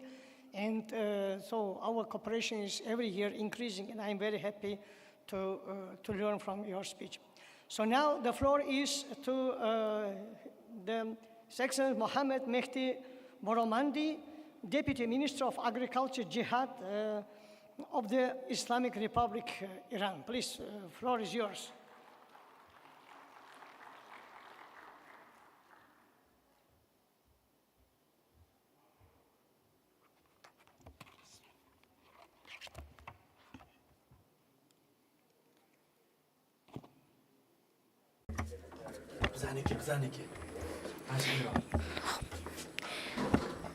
Good afternoon, Excellencies. At the set out, I would like to express the gratitude of the government of the Islamic Republic of Iran to the government of Uzbekistan for the holding of the International Food Security Conference. I am pleased to be among the participants in this conference. Ladies and gentlemen, nowadays we are living in a situation where climate change, emergence of COVID-19, and regional global conflicts pandemic of Sustainable Development Goals, especially Zero Hunger initiations. Especially in SDG. And Food Systems Summit +2 in Rome, Italy. Number of measures. 2030 Agenda for Sustainable Development and realizing its goals. Assessments and evaluations made over almost 140 targets indicate that only about 15% of the targets are on the designated path. Nearly half of these targets have been moderately or severely ignored. In almost 30% of these targets, we have either made no progress or we are back below their 2015 baselines. In such circumstances, the Islamic Republic of Iran has endeavored to diminish the consequences of outside tensions and put food security on its agenda. As one of the important objectives, Iranian food system is concentrated on meeting the requirements of food security in the country, including food availability, food access, food consumption, and food health. Iran attaches great importance to the stability of its food system against internal and external factors. Therefore, Iran intends to become the main producer of food and raw materials with the least possible damage to the ecosystem and environment. In 2016, Iranian Supreme Council of Health and Food Safety, which is headed by the Honorable President of the Islamic Republic of Iran, in collaboration with stakeholders, academia, private sector, and policymakers, approved the national and knowledge-based document of food safety of the Islamic Republic of Iran. This document has been prepared and approved by considering all the elements and components of food security, based on solutions and strategies to overcome internal and external challenges. This document provides a platform and a path for integration of activities and coherence of policies in various aspects of sustainable development by integrating food systems transformation programs, food security, nutrition, food safety, agriculture development and value chains, climate and water programs. We are also emphasizing on strengthening the governance of food systems, relying on innovative approaches to attract stakeholders at national, regional, and local levels, as well as involving research institutions, universities, private sector, producer networks, villagers and nomads, and paying due attention to women. Iran is also attaching great importance to the development of rain-fed agriculture and is planning to plant 1 billion trees in 5 years. Transfer of spring crops to autumn, increasing the self-sufficiency in basic goods, highlighting the importance of stability of soil and water resources are some other examples of our initiations in this regard. Also, in order to support vulnerable communities against the skyrocketing prices of foodstuff, food packages are being distributed among the population. Accordingly, electronic coupons have been designed in order to distribute goods among households who have lower income. Excellencies, ladies and gentlemen, Based on our common understanding and through cooperation, we should endeavor to attract financial resources to promote new technologies and facilitate access to them.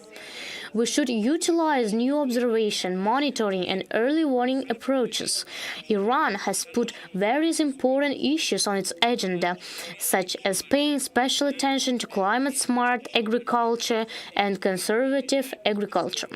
The Islamic Republic of Iran has always supported efforts to improve food security at the regional level, especially in neighboring countries. Respecting regional rights and shared water resources are among the factors that contribute a lot to the stability of food systems. Dear audience, Islamic Republic of Iran attaches great importance to initiatives such as protecting water and soil resources, tackling with water and soil pollutions, preventing soil erosion, increasing carbon sequestration, combating against desertification, implementing watershed management and aquifer operations, planting trees on slopy lands, as well as developing rain-fed orchards.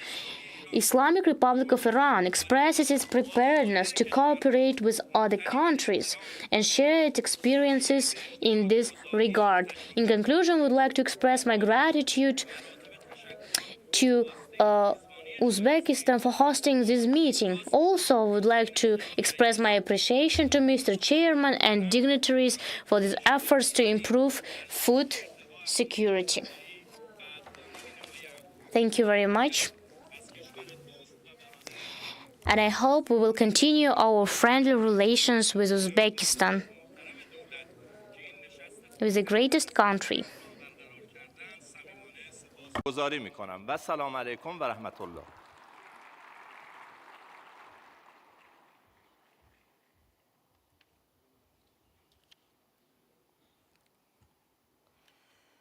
Thank you, Your Excellency. So I should also admit that Iranian science is, in fact, the very famous modern science. We learn from Iran how to grow pistachios, how to grow walnut, and other biotechnology tools. And recent years, we have a dramatic increase in all areas of collaboration with Islamic Republic of Iran.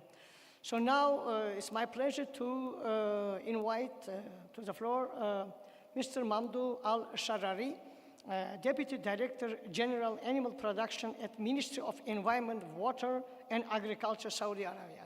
Please, Your Excellency.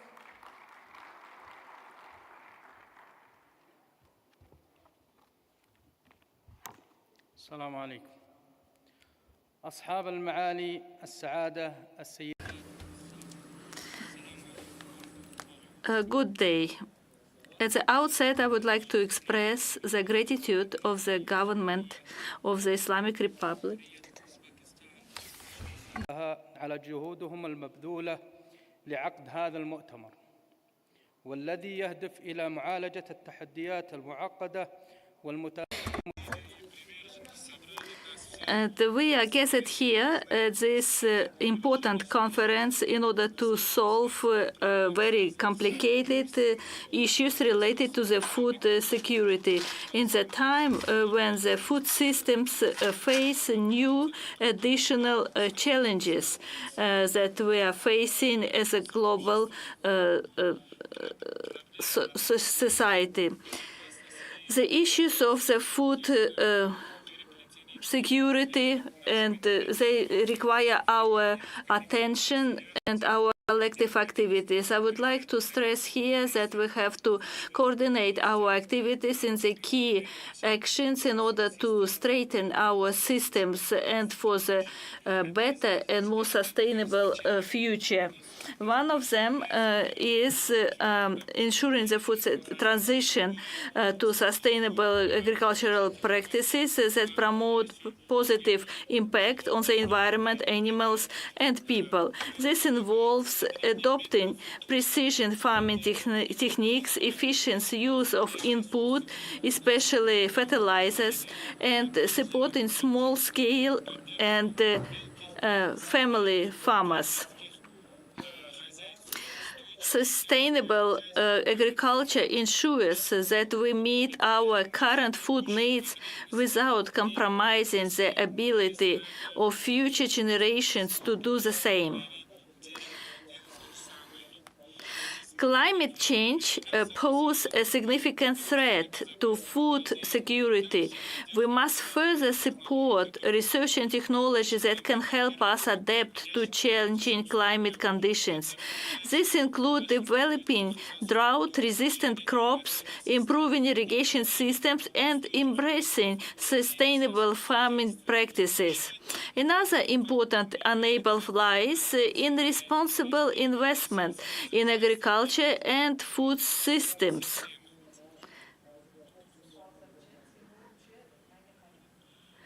Furthermore, it is required to align smart financing with innovation policies. A significant portion of the food we produce is lost or wasted along the supply chain from farm to fork. This is not only a moral issue, but also an environmental one, as it contributes to climate change.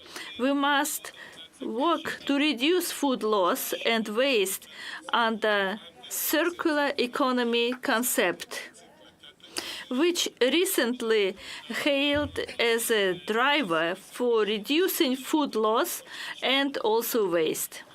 Lastly, government policies are critical for sharing our food systems. It is very important to prioritize food security on national agendas and work collaboratively across sectors to ensure that policies related to agriculture, trade, health, and the environment align with food security goals.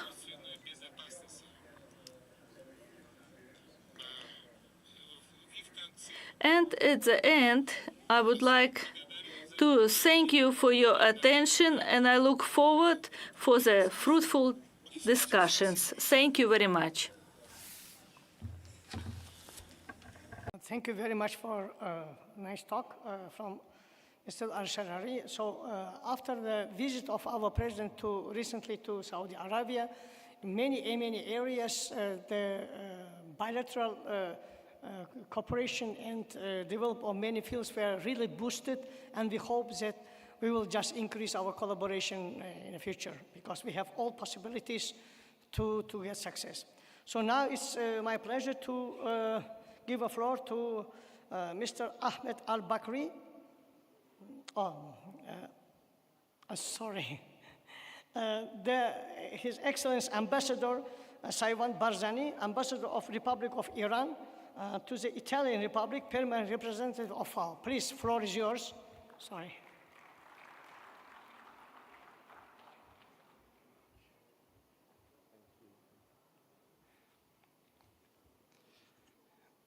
السلام عليكم ورحمة الله وبركاته.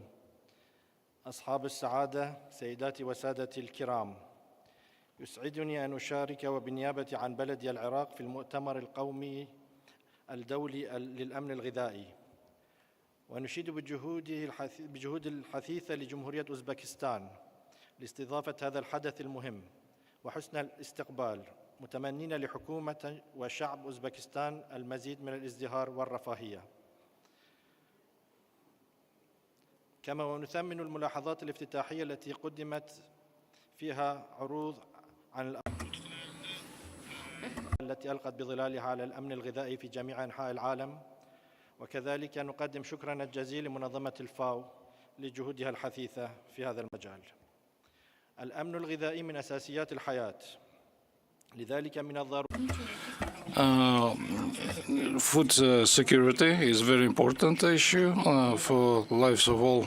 Well, this is a very important issue. Therefore, in order to further improve the situation on food security, we should work together and promote the modern innovation technologies in order to tackle existing after COVID-19 pandemic,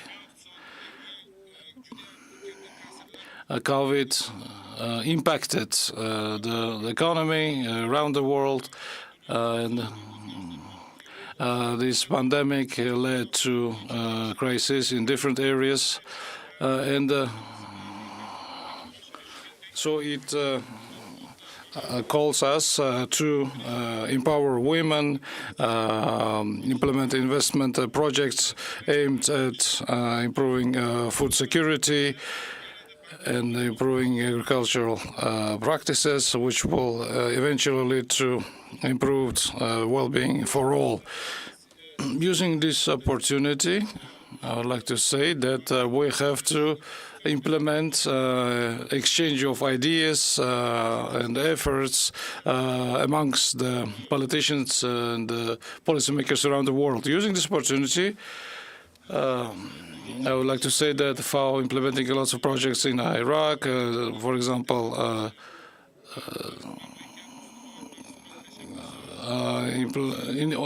many different initiatives on green cities, food security, improvement of nutrition, and also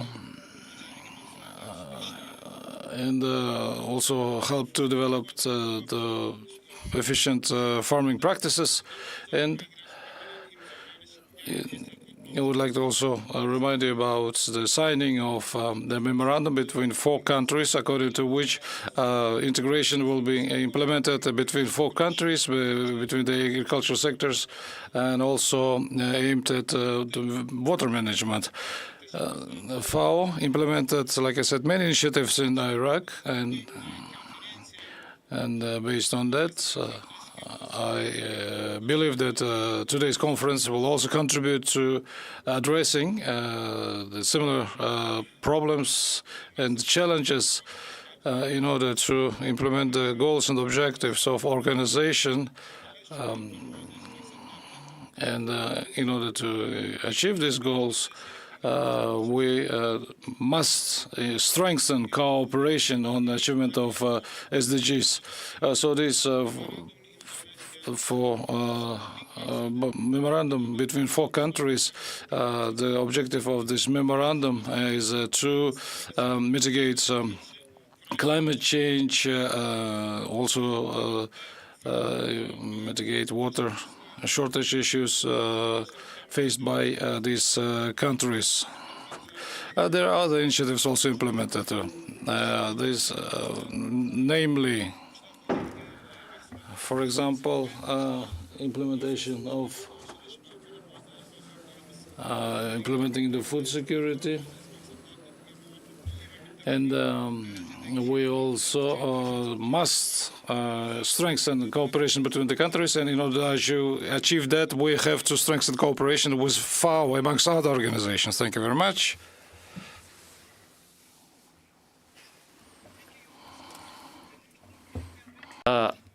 Rahmat katta sizni chiqishingiz uchun va sizni O'zbekistonga tashrif buyurgan delegatsiyangizni sa'y harakatlari uchun tashakkurim bildirmoqchi edim.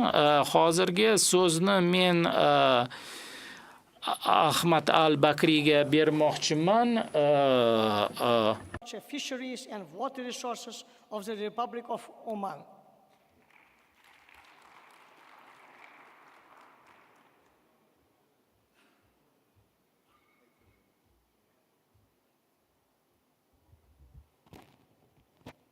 بسم الله الرحمن الرحيم الحمد لله والصلاة والسلام على رسول الله معالي وزير الزراعة بجمهورية أوزبكستان ومعالي الدكتور مدير عام منظمة الأغذية والزراعة الأمم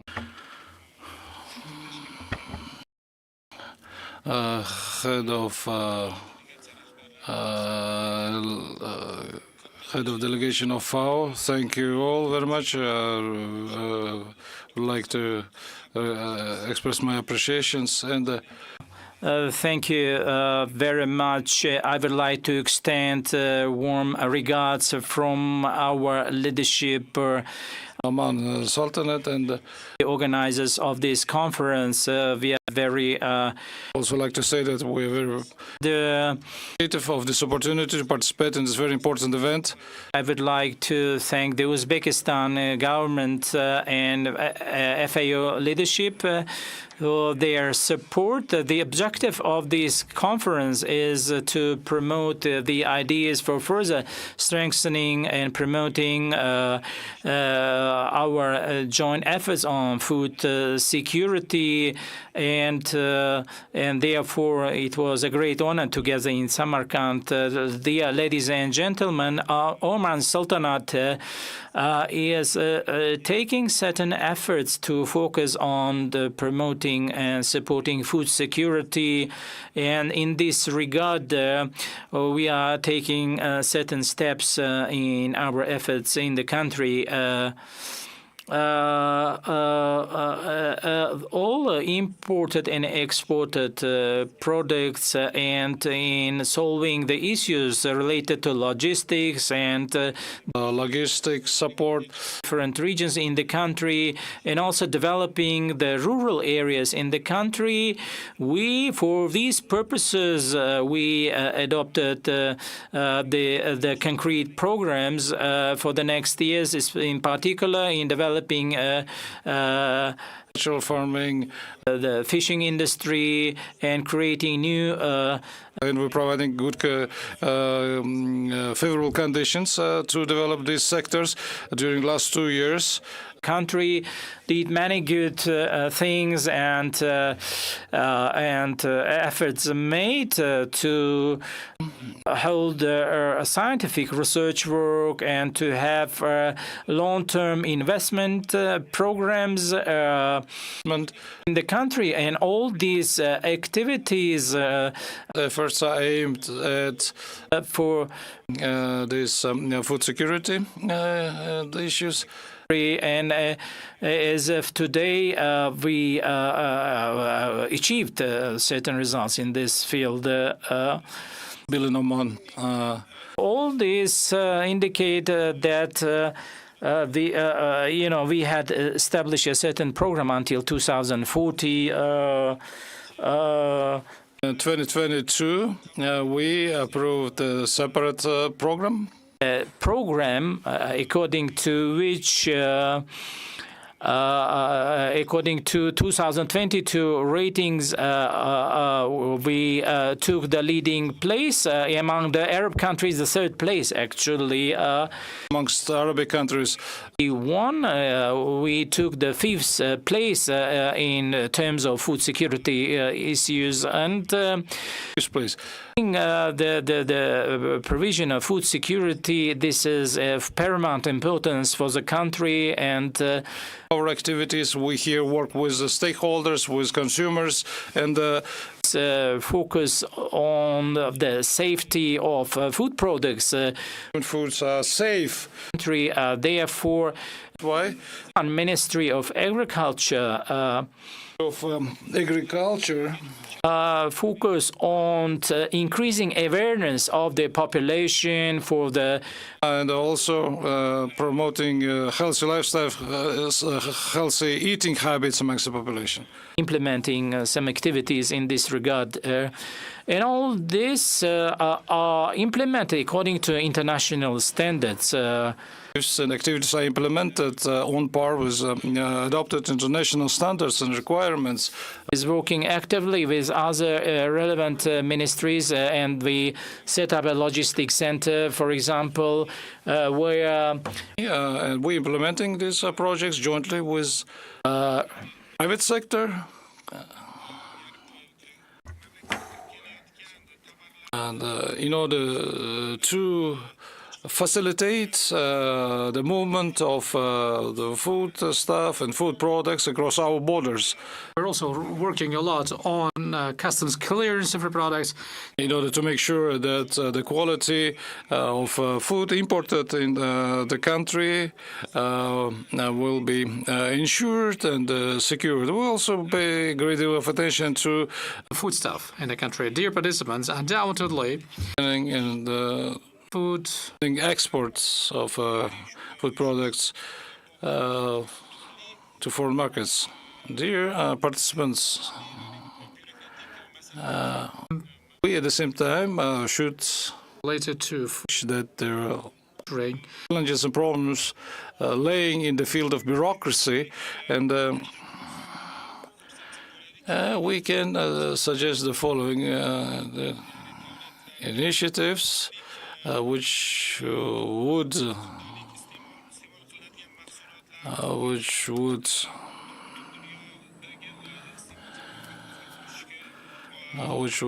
change the attitude of the population around the world to food security issues.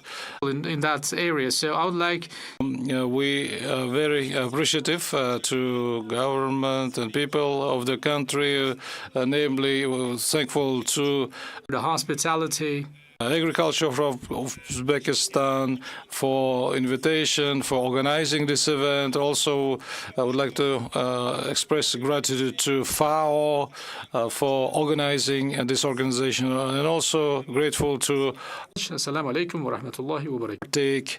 partook in organizing such wonderful event.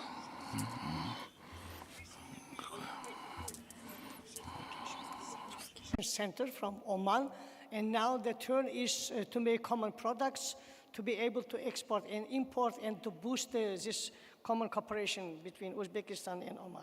Now I'm very happy to give the floor to Mrs. Priyatna Sasmita, Director of Indonesian Center for Food Crops Instrument Standardization. Please, floor is yours.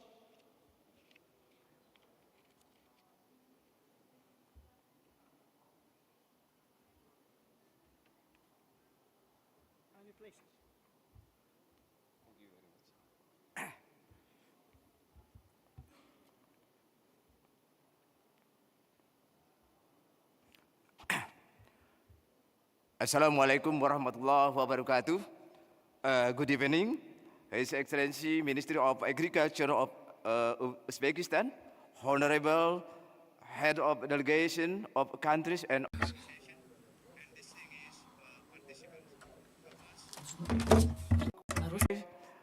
our respectful greeting from the Honorable Minister of Agriculture of the Republic of Indonesia, who was unable to attend with us in person. It is a great honor for us, representative from the Indonesian Ministry of Agriculture, to be invited to attend this event.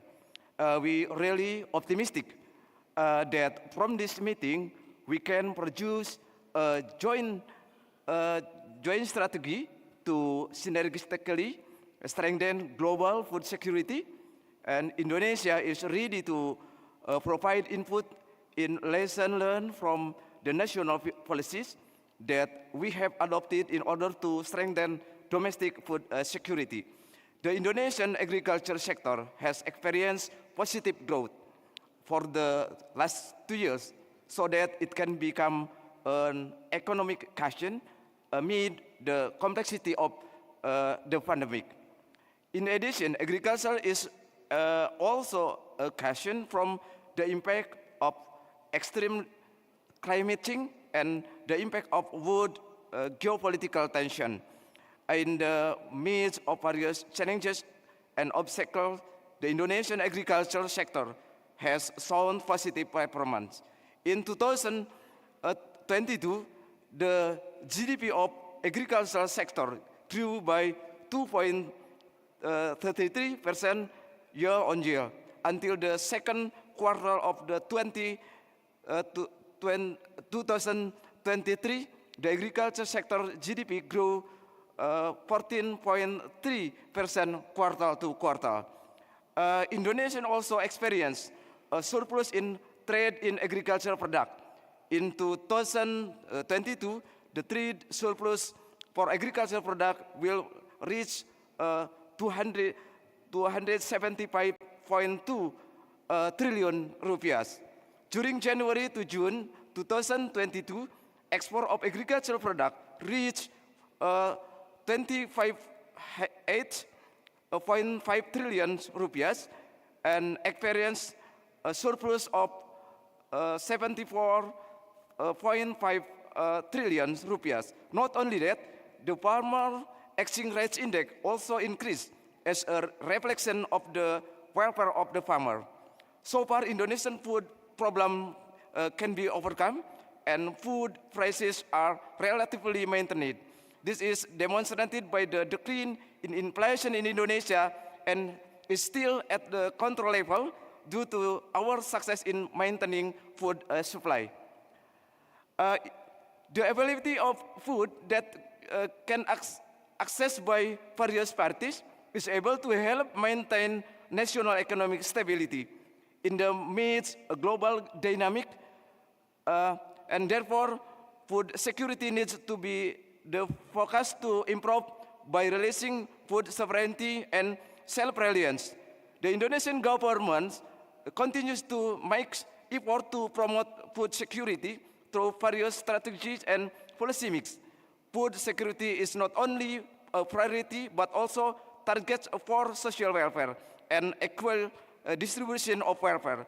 To that end, the government has formulated and implemented policies to strengthen national food security. The following are some of the policies that are currently being implemented.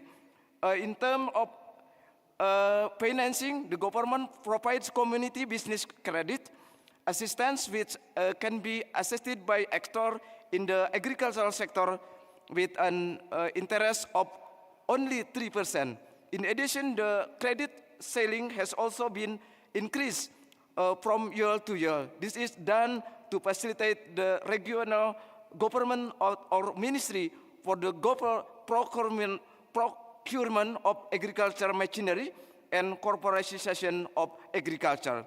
Then from the institutional aspect, the effort made by government are to form the National Food Agency through the issues of presidential regulation of 2021.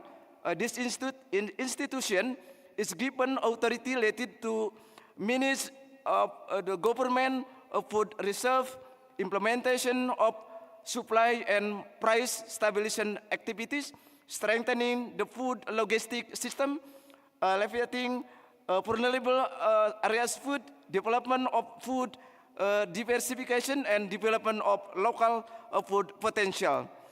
To strengthen the government rice reserves, Logistics Affairs Agency, which in Indonesia is called Bulog, has issued a policy to purchase and whole rice or farmer rice until the reserve stock reach 1.2 million tons of rice equivalent.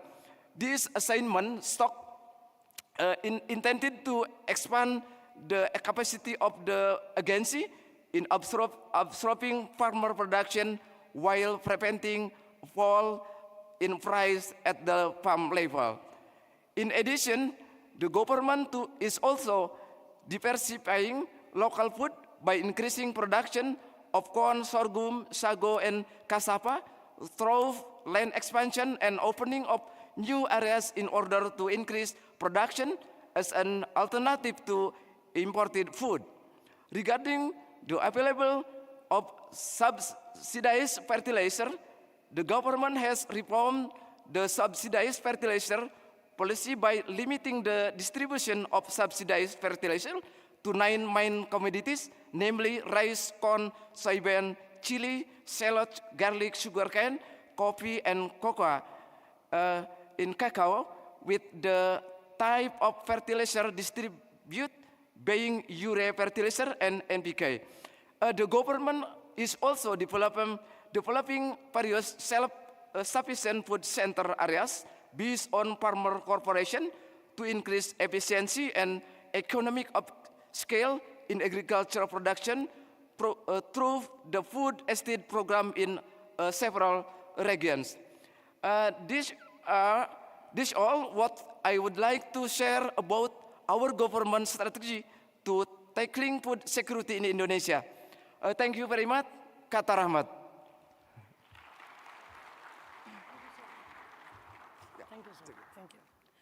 Thank you very much. And now I'm happy to see Professor Klaus Palme. Klaus Palme is Director of Department of Molecular Plant Physiology at University of Freiburg. Please, Klaus, the floor.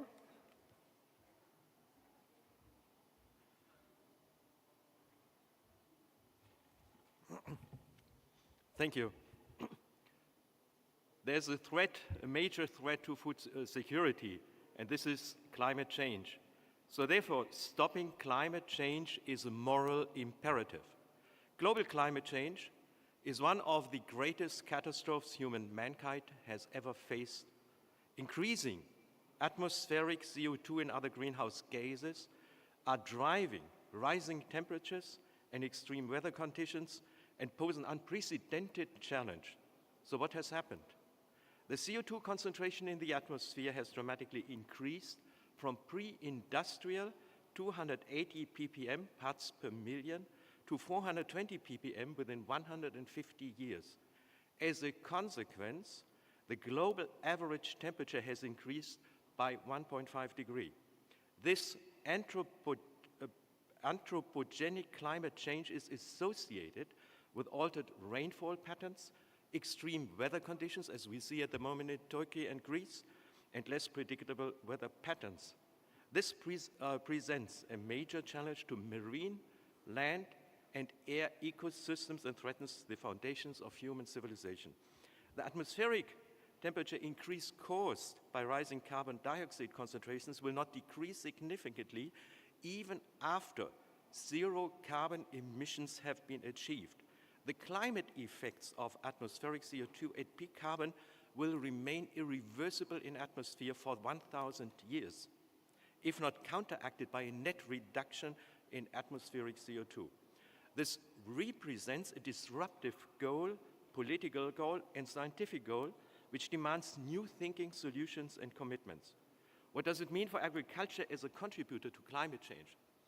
Well, agriculture is both a victim and a culprit of global climate change, as about 25%, a quarter of all growth, climate-related greenhouse gases are released through agriculture.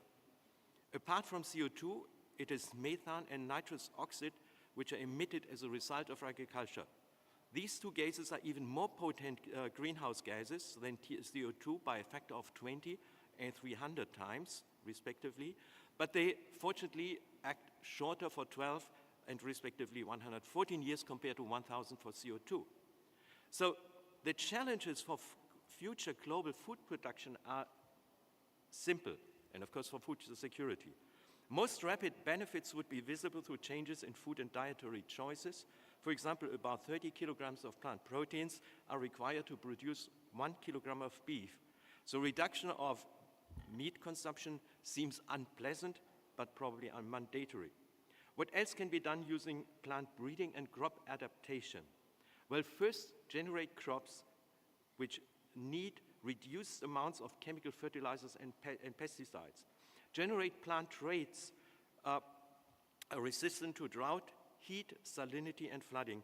Use regional adaptation of plant varieties due to different needs for crops resilient to drought and or extreme temperatures or flooding or disease in different regions.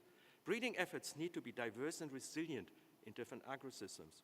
And benefit from local knowledge related to adaptation and selection needs to be integrated in all these efforts. So finally, breeding speed and time must be increased by a factor of 5 to 10 in order to fight the climate change and be quicker. And how can this be realized? So new crop breeding strategies are the answer. We need to develop new crops and wetland plants that will store more carbon to reduce atmospheric CO2 and mitigate climate change, and to store it longer in the soil. Trees have the largest capacity to store CO2 but are difficult to breed and do not produce large numbers of seeds. So seasonal crops may be an answer, but they may release CO2 back into the atmosphere. So ideally, plants should keep the carbon in the ground where it can improve the soil quality. So improvements could be more or longer roots containing more carbon-rich polymers as found in cork avocado skins and some roots. Not yet explored so far successfully, but in future will. Combining speeding breeding with carbon-absorbing polymers, resisting decomposition, keeping CO2 locked in the underground, provides a tremendous potential to capture and contain CO2s in both trees and crops like corn, soybean, and others. By tapping into existing agricultural distribution networks, this will rapidly scale up carbon storage and mitigate climate change.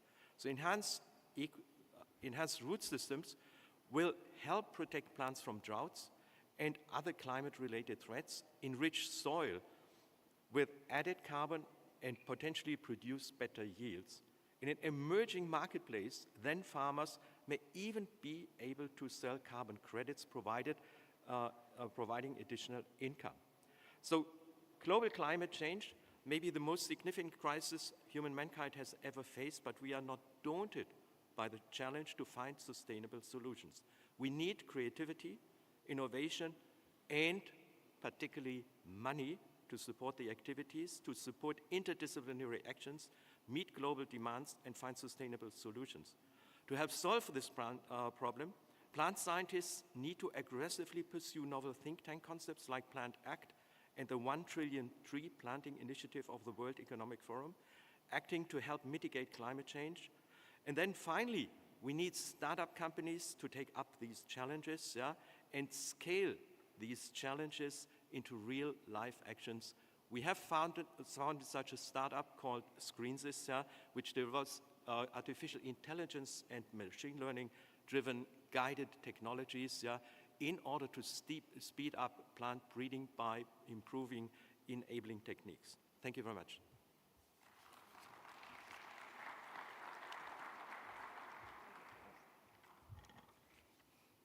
Thank you, Klaus, very much for excellent ideas how to combat the climate change. So this was the last speaker in our session.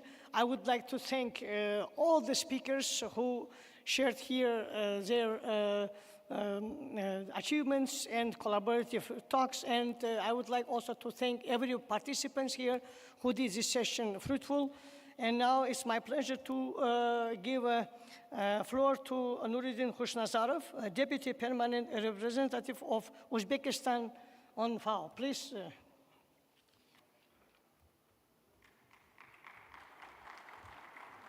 Thank you very much, Dr. Turaev, for introduction. Good evening, dear Excellencies, Ministers, distinguished participants, ladies and gentlemen. It's my honor to moderate this closing ceremony. Today, we had an intense work, hard work. Each of you had your contribution. We heard a high address from our esteemed President of Uzbekistan, His Excellency Shavkat Mirziyoyev, delivered by our esteemed Prime Minister of Uzbekistan. We had speeches, inspiring speeches from Director General of FAO, leaders of Islamic Development, Islamic Organization on Food Security, and Economic Cooperation Organization, and powerful speeches, statements by the ministers, head of delegations, ambassadors. We had a very insightful technical interventions at our technical sessions where everybody discussed about the food security. Every of you talked about, underscored the importance of joint action. All of you expressed the concern over the food security. And we know that there are only 7 years to implement the SDGs by 2030. And we acknowledge the UN's efforts, FAO's efforts to reach the zero hunger. Most of you emphasized the importance of promoting healthy diets, holistic approach to food systems, threat posed by climate change, which does not know any national borders, so everybody emphasized the joint action. We talked about the adaptation, supporting the biodiversity, thinking about good water governance, digital technologies, and joint efforts. As envisaged by our conference, it was developed with the support of the technical support of the FAO, the Samarkand Declaration. Today, everybody contributed for the enriching this declaration. It was drafted and disseminated among the member countries and participating countries. And today we received crucial and important contributions from those countries during this conference. And we announced the finalizing of this Samarkand Declaration.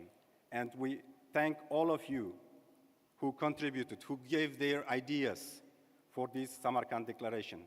And I'm proud of telling that today it was a very great day for all of us. And I'm pleased to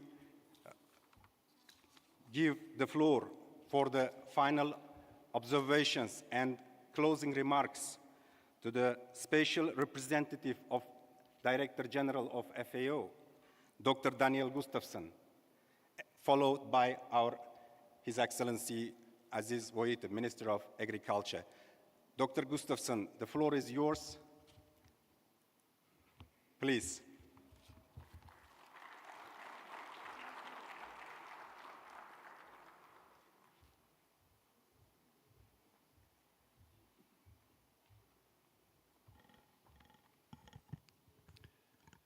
Excellencies, ladies and gentlemen, dear friends, it's a real pleasure for me to give these remarks, closing remarks, on behalf of Director General Dr. Chudong Yu. I would like to congratulate the government of Uzbekistan for a successful conference, as well as all the participants who have traveled to discuss and identify solutions to the critical topic of food security in the context of agri-food system transformation. I sincerely thank His Excellency, the President of Uzbekistan, for inviting me to attend this conference. I'm very pleased to note the collective willingness of all the work hand in hand to ensure food security and support the transformation to more efficient, inclusive, resilient, and sustainable agri-food systems. In a world where projections show that 600 million people will be hungry by 2030, transforming global agri-food systems is not a choice. It is essential to ensure food security and healthy diets for all. Earlier this afternoon, the technical sessions covered a number of key topics related to food security, including agri-food system sustainability, the impacts of climate crisis, access to healthy diets, strengthening gender equality in rural areas, water security, innovative agriculture development, and digital agriculture, among others. There are many other topics that are important to ensure food security and which will need to be further explored. These include One Health, food safety, food loss and waste, and others, but our time was unfortunately limited. I have also had the opportunity to hold a number of bilateral meetings with ministers, heads of delegation, and high-level representatives, which reaffirmed and strengthened the fruitful collaboration we have at the country, regional, and global levels. The drivers of food insecurity and malnutrition have become even more complex due to the reinforcing and interconnected risks and impacts of the COVID-19 pandemic, climate crises, economic shocks, ongoing conflicts, and other natural disasters. We are currently facing multiple simultaneous challenges, but we must not forget that in every difficulty emerges an opportunity. We need to be prepared based on information, on evidence, science, and data, and act accordingly. Farmers hold the key to driving, adapting, and implementing new practices, innovations, technologies, and they need to be able to draw on all the tools, instruments available to respond in a timely manner. Dear colleagues and friends, this international conference has sent a strong signal to the world about the importance of food and agriculture in achieving the SDGs in the context of current uncertainties and challenges. It also sent a strong signal of our collective commitment to transforming global agri-food systems together. We have to find ways to deliver on our commitments together. As I said at the opening of this conference, we need to mobilize greater financing and more targeted investments to deliver effectively. Agri-food systems transformation requires not only intersectoral coordination and cooperation within countries, but also across countries. We must all work together, governments, UN agencies, international financial institutions, civil society, the private sector, academia, think tanks, and all other institutions and partners to increase our efficiency and scale up our collective impact on the ground.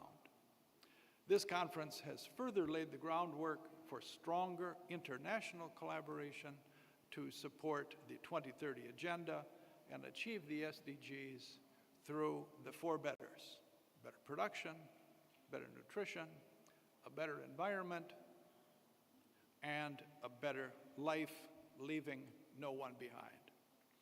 Let us continue working together to better serve the farmers of the world to the best of our collective ability to accelerate rural development and ensure food security and nutrition for all. Thank you very much.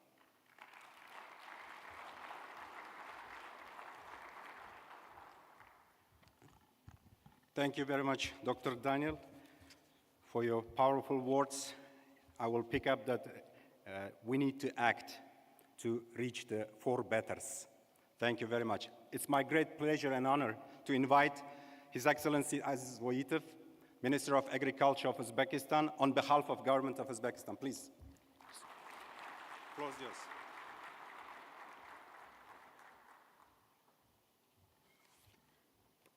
Assalamu alaikum, hurmatli mehmonlar, yana bir bor. Excellencies, colleagues, ladies and gentlemen, it's a pleasure to stand here during the concluding session of the International Conference on Food Security here in beautiful Samarkand.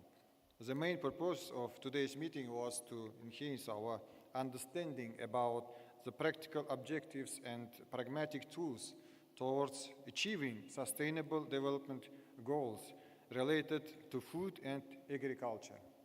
We think that sharing the success stories and discussing future plans will be helpful on the eve of the SDG summit that will take place on 18 September in New York.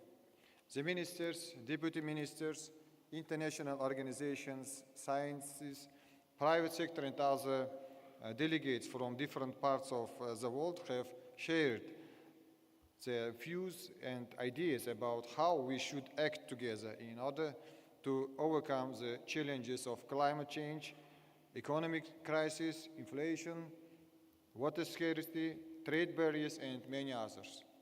We have witnessed the power of collective wisdom during our plenary session on joint measures for food security and food systems. 8 technical sessions that we had today, we have contributed a great deal in bridging the understanding gap among the main stakeholders of the food chain. I would like to extend my sincerely appreciation to all delegates, speakers, and organizers who have made this conference a resounding success.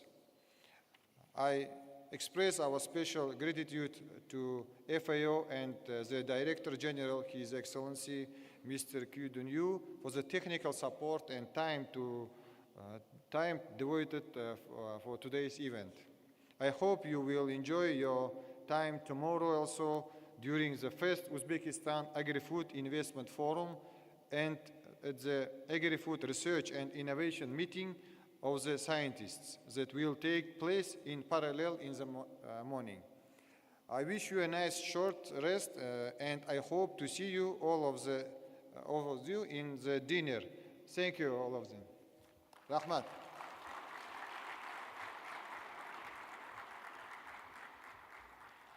Now, dear participants, it is the final words.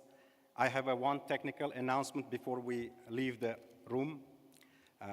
Now, at three hotels, the hosts are organizing the buses directly to the dinner. Now, everybody goes to the dinner to have a rest, and now at the entrance of this Congress Hall, there is also buses organized, arranged. And please, we all go to the dinner and congratulate, and we would like to invite you, have a big applause for each of us for this great job. Thank you very much.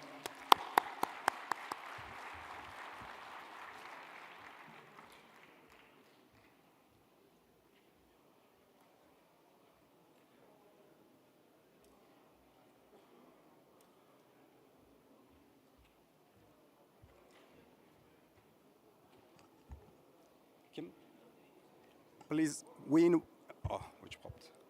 Hello?